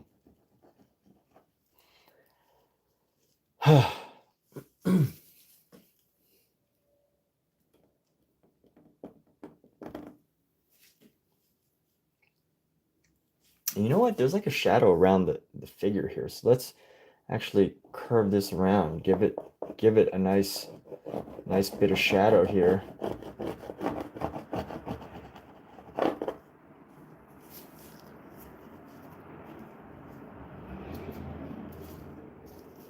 And you know, I think this works really well. What I'm doing after I've painted, when I do these paintings with pastel on top of the oil paintings that are very dry, I think it works really well because it creates this texture that you can't just create. That's really hard to just mimic. It really has to come from, you know, painting that you made an attempt at. It didn't necessarily do what you wanted it to do, and now, you know, you're going over it with pastel before you paint it. You know, I'm sure that somebody mentioned, which probably Omizu, it was definitely Omizu, I know for a fact, that, you know, there's wax. I've heard of the wax that you can use. I haven't bought any yet, but for now, I am sticking with this oil pastel method to build up my paintings. And I just love the textures I can get from using these oil pastels on top of our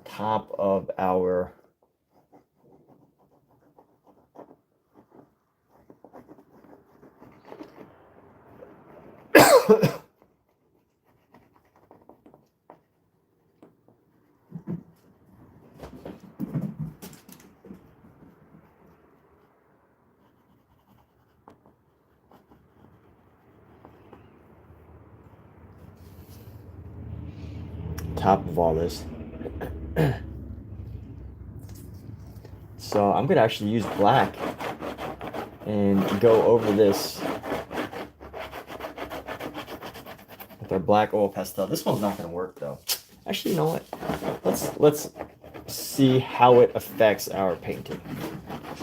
Let's make it work. I want to create this sense of drama, but the only thing that I don't like is that it's like kind of sliding all over. All the little chunks are just getting all over. So I need a smoother, dark color, which maybe, you know what, instead of this black, I'll go with a purple. Instead of black, I'll go with like a deep purple to create the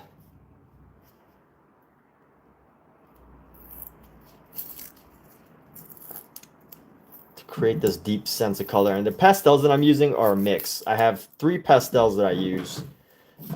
This one that I'm about to pull off is our Paul Rubens. Just 3 brands. I use this one, and then I use this other brand by Paul Rubens called Haya. Paul Rubens oil pastels, and then this one. So these tend to be a bit softer. They tend to be a bit, they come off a bit easier. While these are much harder. It's good for like a bottom layer because you can easily use oil pastel over it. But before I do want to use the rest of this black just to create like an even design across. As you can already see some of the blacks over here, and I just want to create this like even design around the outside. This even design, this even color.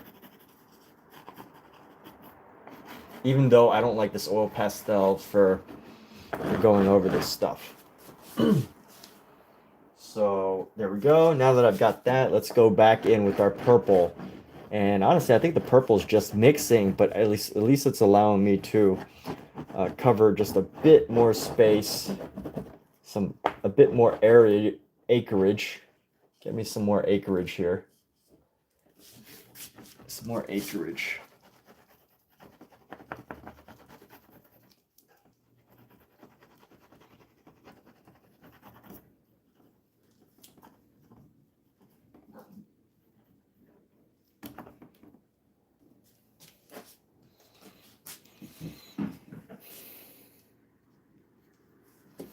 And then you know what? I can use other colors as well. Why not bring in some of these other colors right now? So the reds create this beautiful sense of red in here. And I need a softer red. So now that I've got that, let's go with a softer color. Maybe because the colors are so dark already, we'll go with I really love how that red's kind of popping out on top though. Let's try this. Let's go with this red. Oh yeah, look at that. Look at how this color starts to pop up on top of our black oil pastels. Very dramatic. And you know what? Now that I think of it, Sennelier pastels are probably some of the best out there. But for this style, I don't think that the most expensive oil pastel does the best job, because all it really is to create this like under texture, this under design, this under image that's really not it's gonna affect the top, but not the way that you might think. Therefore, when it comes to choosing the best supplies, finding the one that best suits what you're working on is most important, right? So it's not about the best materials, but like what is it that you're going to achieve with that material that's going to be incredibly helpful. So here we go.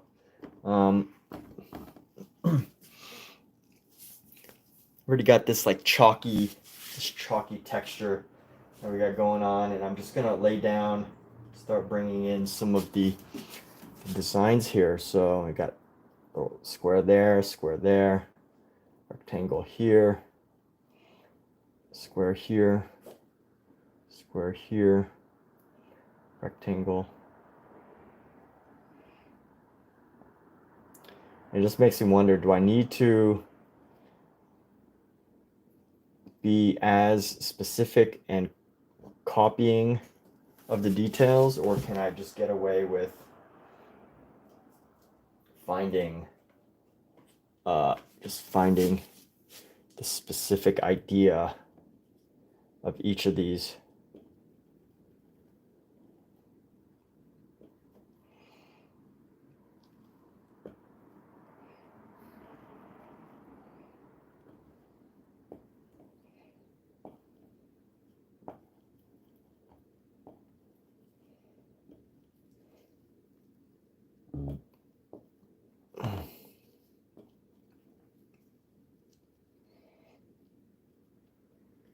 And honestly, I don't know. I don't think that this actual painting that I have, it's not a painting, it's a metal print. But I don't actually know if it is an accurate representation of the original. I think it is highly embellished with its own designs, which is fine, but just good to know that ahead of time.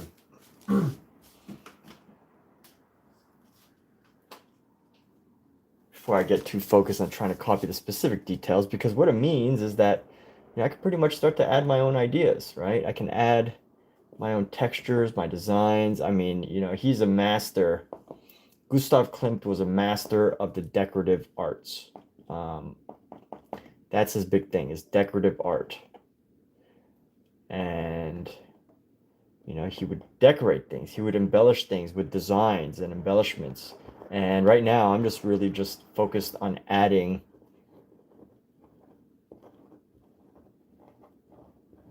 these shapes into here so that I have a general idea of what I want to do when the time comes, but not so much getting so specific that I get too lost into the detail.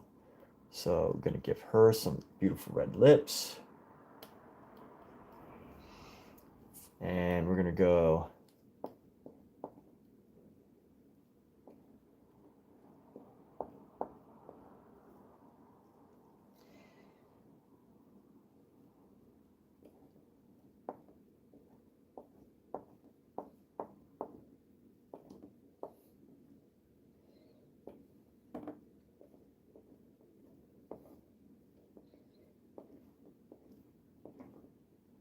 I don't even know how that works. Ah, okay. And then 1, 2, 3, 4. 1, 2, 3, 4. We're gonna have to tighten this up, this design here at some point, but we're gonna go in a circle right here.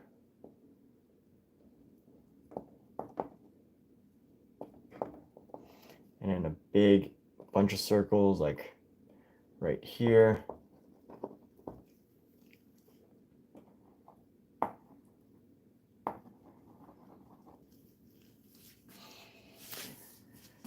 And then let's bring back some of our white.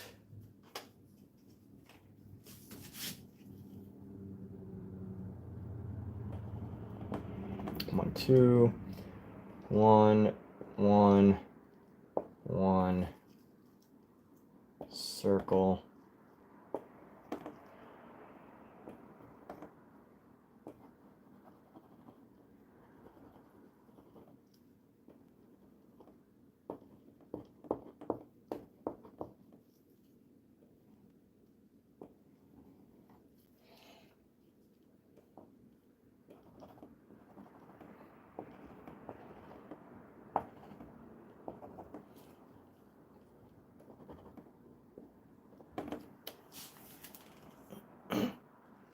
How about a tube of paint? What do you? Oh, yeah, okay, that was from an earlier conversation. I see what you're saying. Okay, cool. So here we go. Get some white right down there.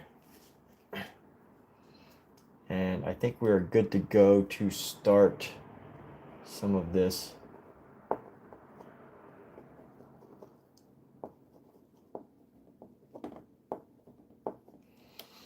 And fix that arm eventually. But until then, let's go like that.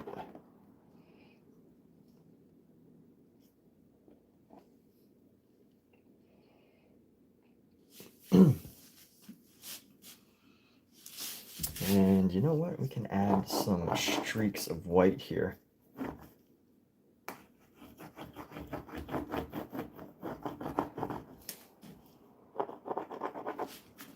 And then let's go red. Oh wait, no, this character. Add some pink. A little bit of pink and red.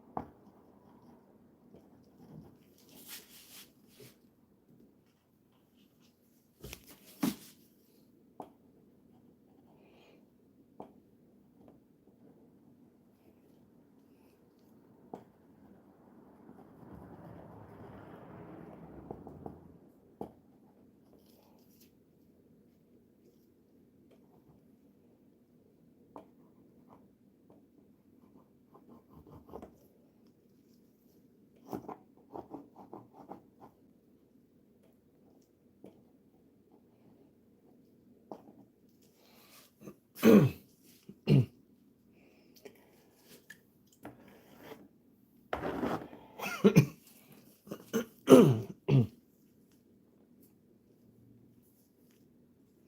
right, you know what? I will start to paint this, but before I do,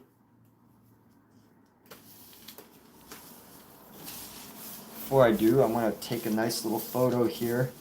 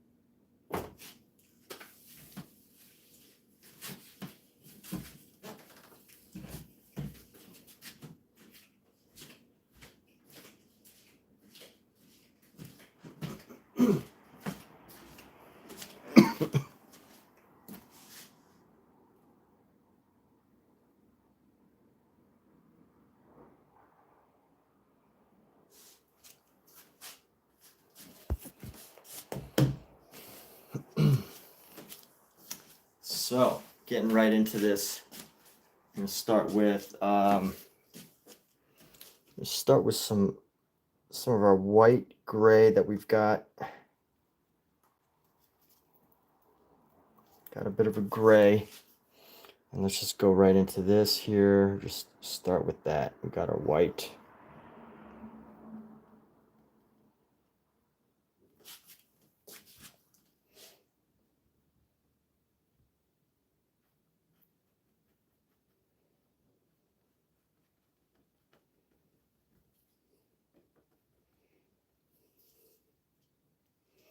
And then grab our white here, and we're just going to go around like this.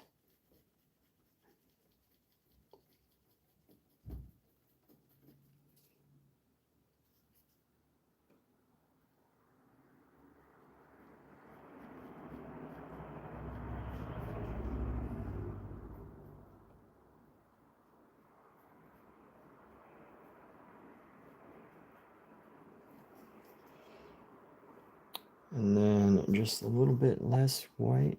Just go around and then give it the shape here.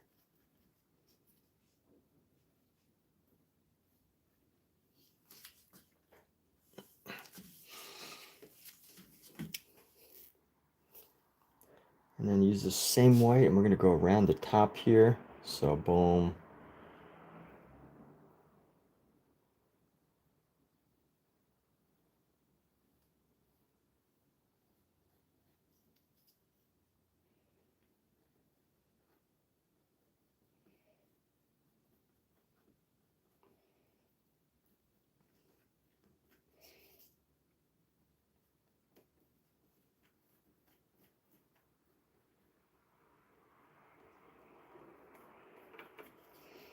And here we go. We're going to go around here.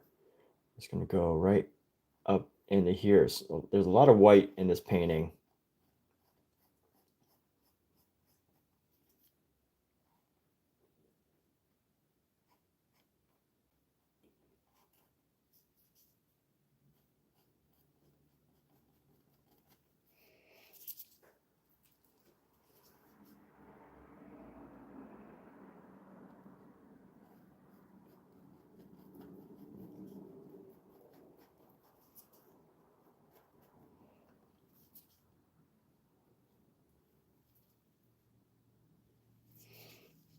And this is going to be a darker shade.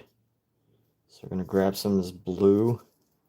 We're going to focus on lots of cool colors for this section. And then grab our red here. Just going to go across this.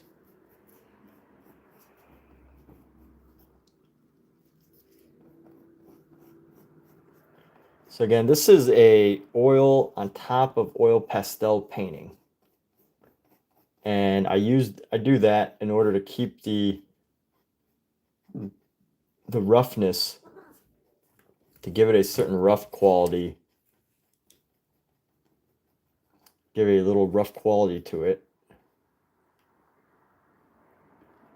which adds some character to our design and our painting. So, Pookie, get down. Why are you always up in my business up there, huh? My cats are always up on the table trying to smell stuff and get all up in that business.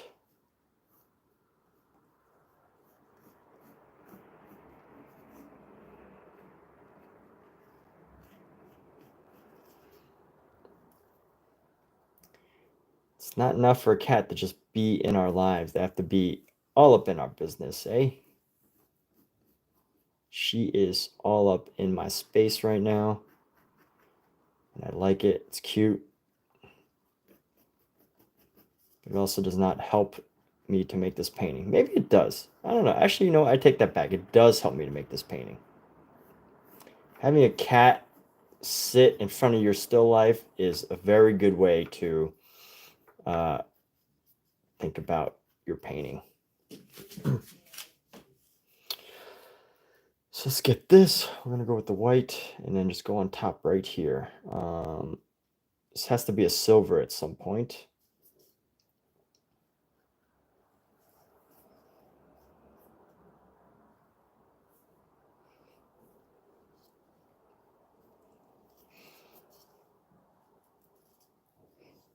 And let's go.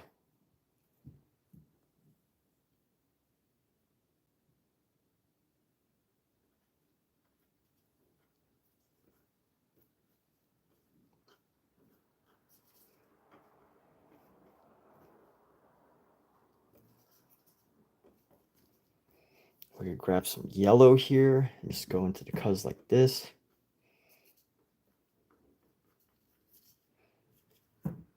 We could grab some more yellows on this side.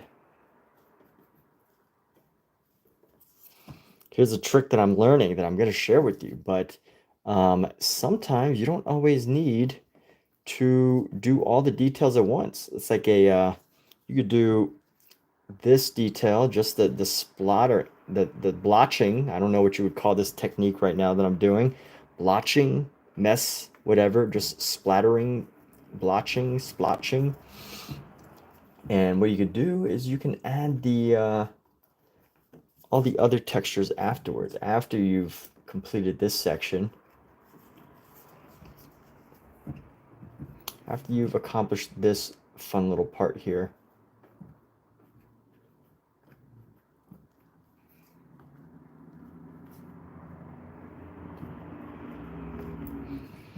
I guess there should be some blues into this, right? Just a little bit of blue.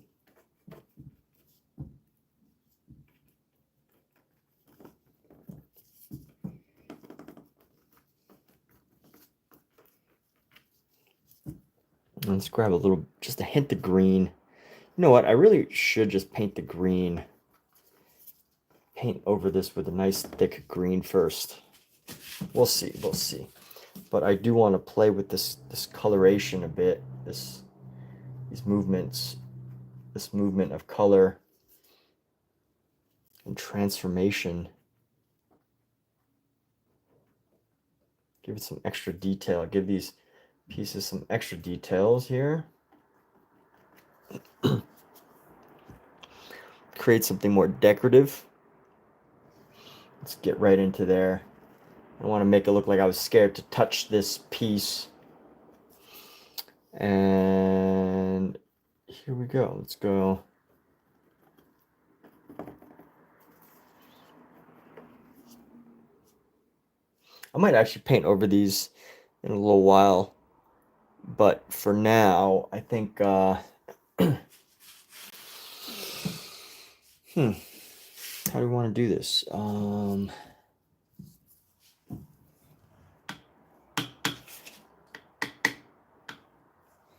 we could do the whole dry brush method. This is probably a perfect time for our little dry brush splotchy ideas, our little splotchy dry brush technique.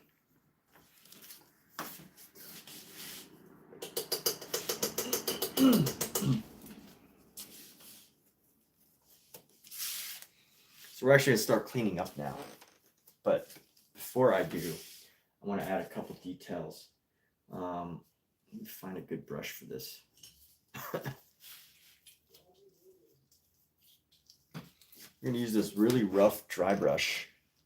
This has been super rough. It's a horrible brush to use for most purposes, but I'm going to go with this, what we're about to do right now, just to add some crystallized details.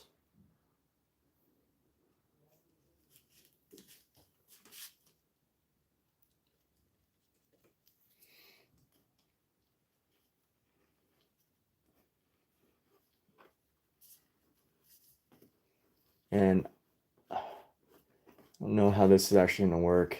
I don't see it doing what I really want it to do. I don't want white there. Actually, you know what? Let's just lay down a big chunk of white. Since I already did it, I might as well. It's going to make it too bright, but I'm going to go over with some darker colors anyway. Let's see. Let's just see what happens, how we can come up with our own design for this.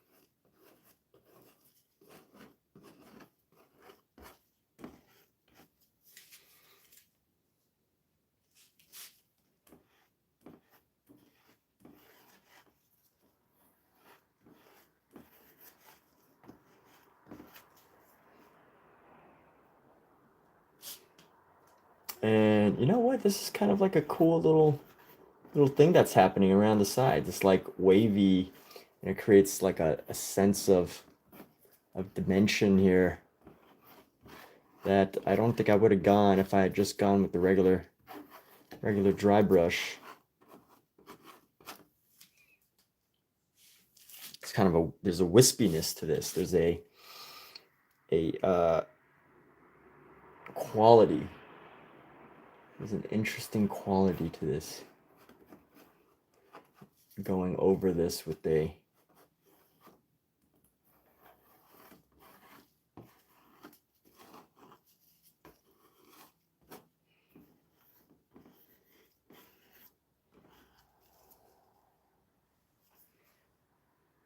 let's grab our yellow here. We're gonna go.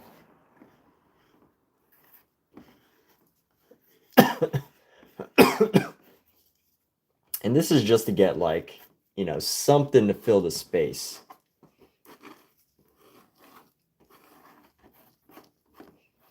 Something to start filling our space here.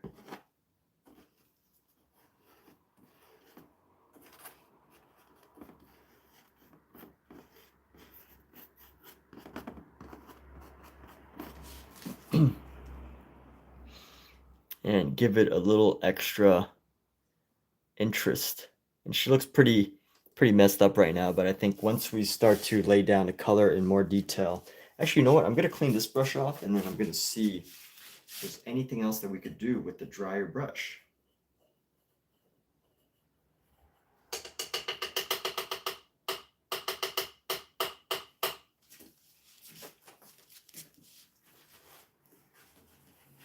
An even drier brush here.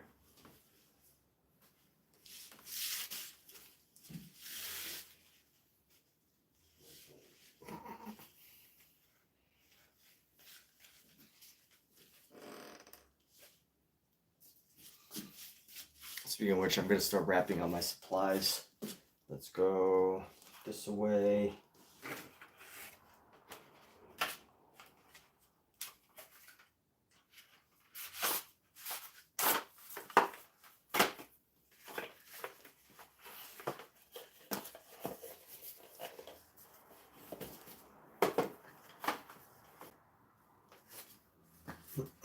And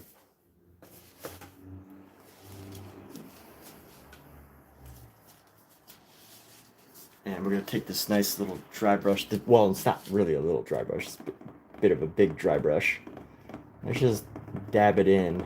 I want to smooth the surface that I've created rather than leave some of the wispiness, but I really want to just smooth the surface to give this interesting color and effect here. Let's go like that. Boom, boom, boom. Boom, boom. Boom, boom, boom, boom. Ooh, it gives it this like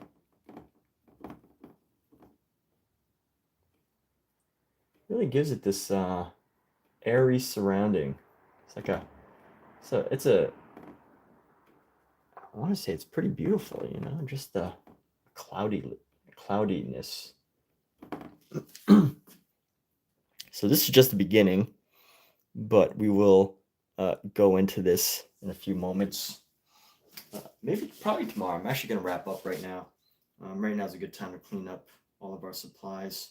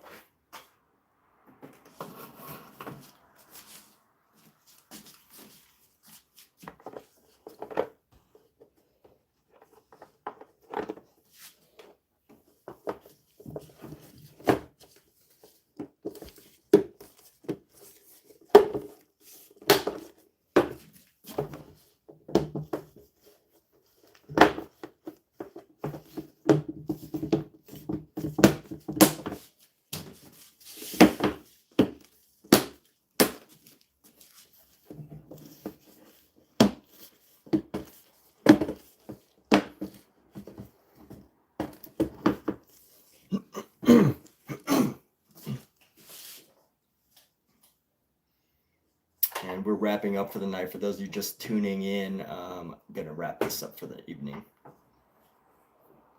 Just closing up my materials. And, we're going to call this a night. This is not a complete project, but we are moving along quite quickly. And now that we've got a process, it's awesome. So those of you that are here right now, thank you. Those of you that were here, thank you. Those of you that find this video in the future, thank you. And talk to you all again probably tomorrow evening or maybe even afternoon. I don't know. Got to see what my schedule is like tomorrow, but have a great day, everybody.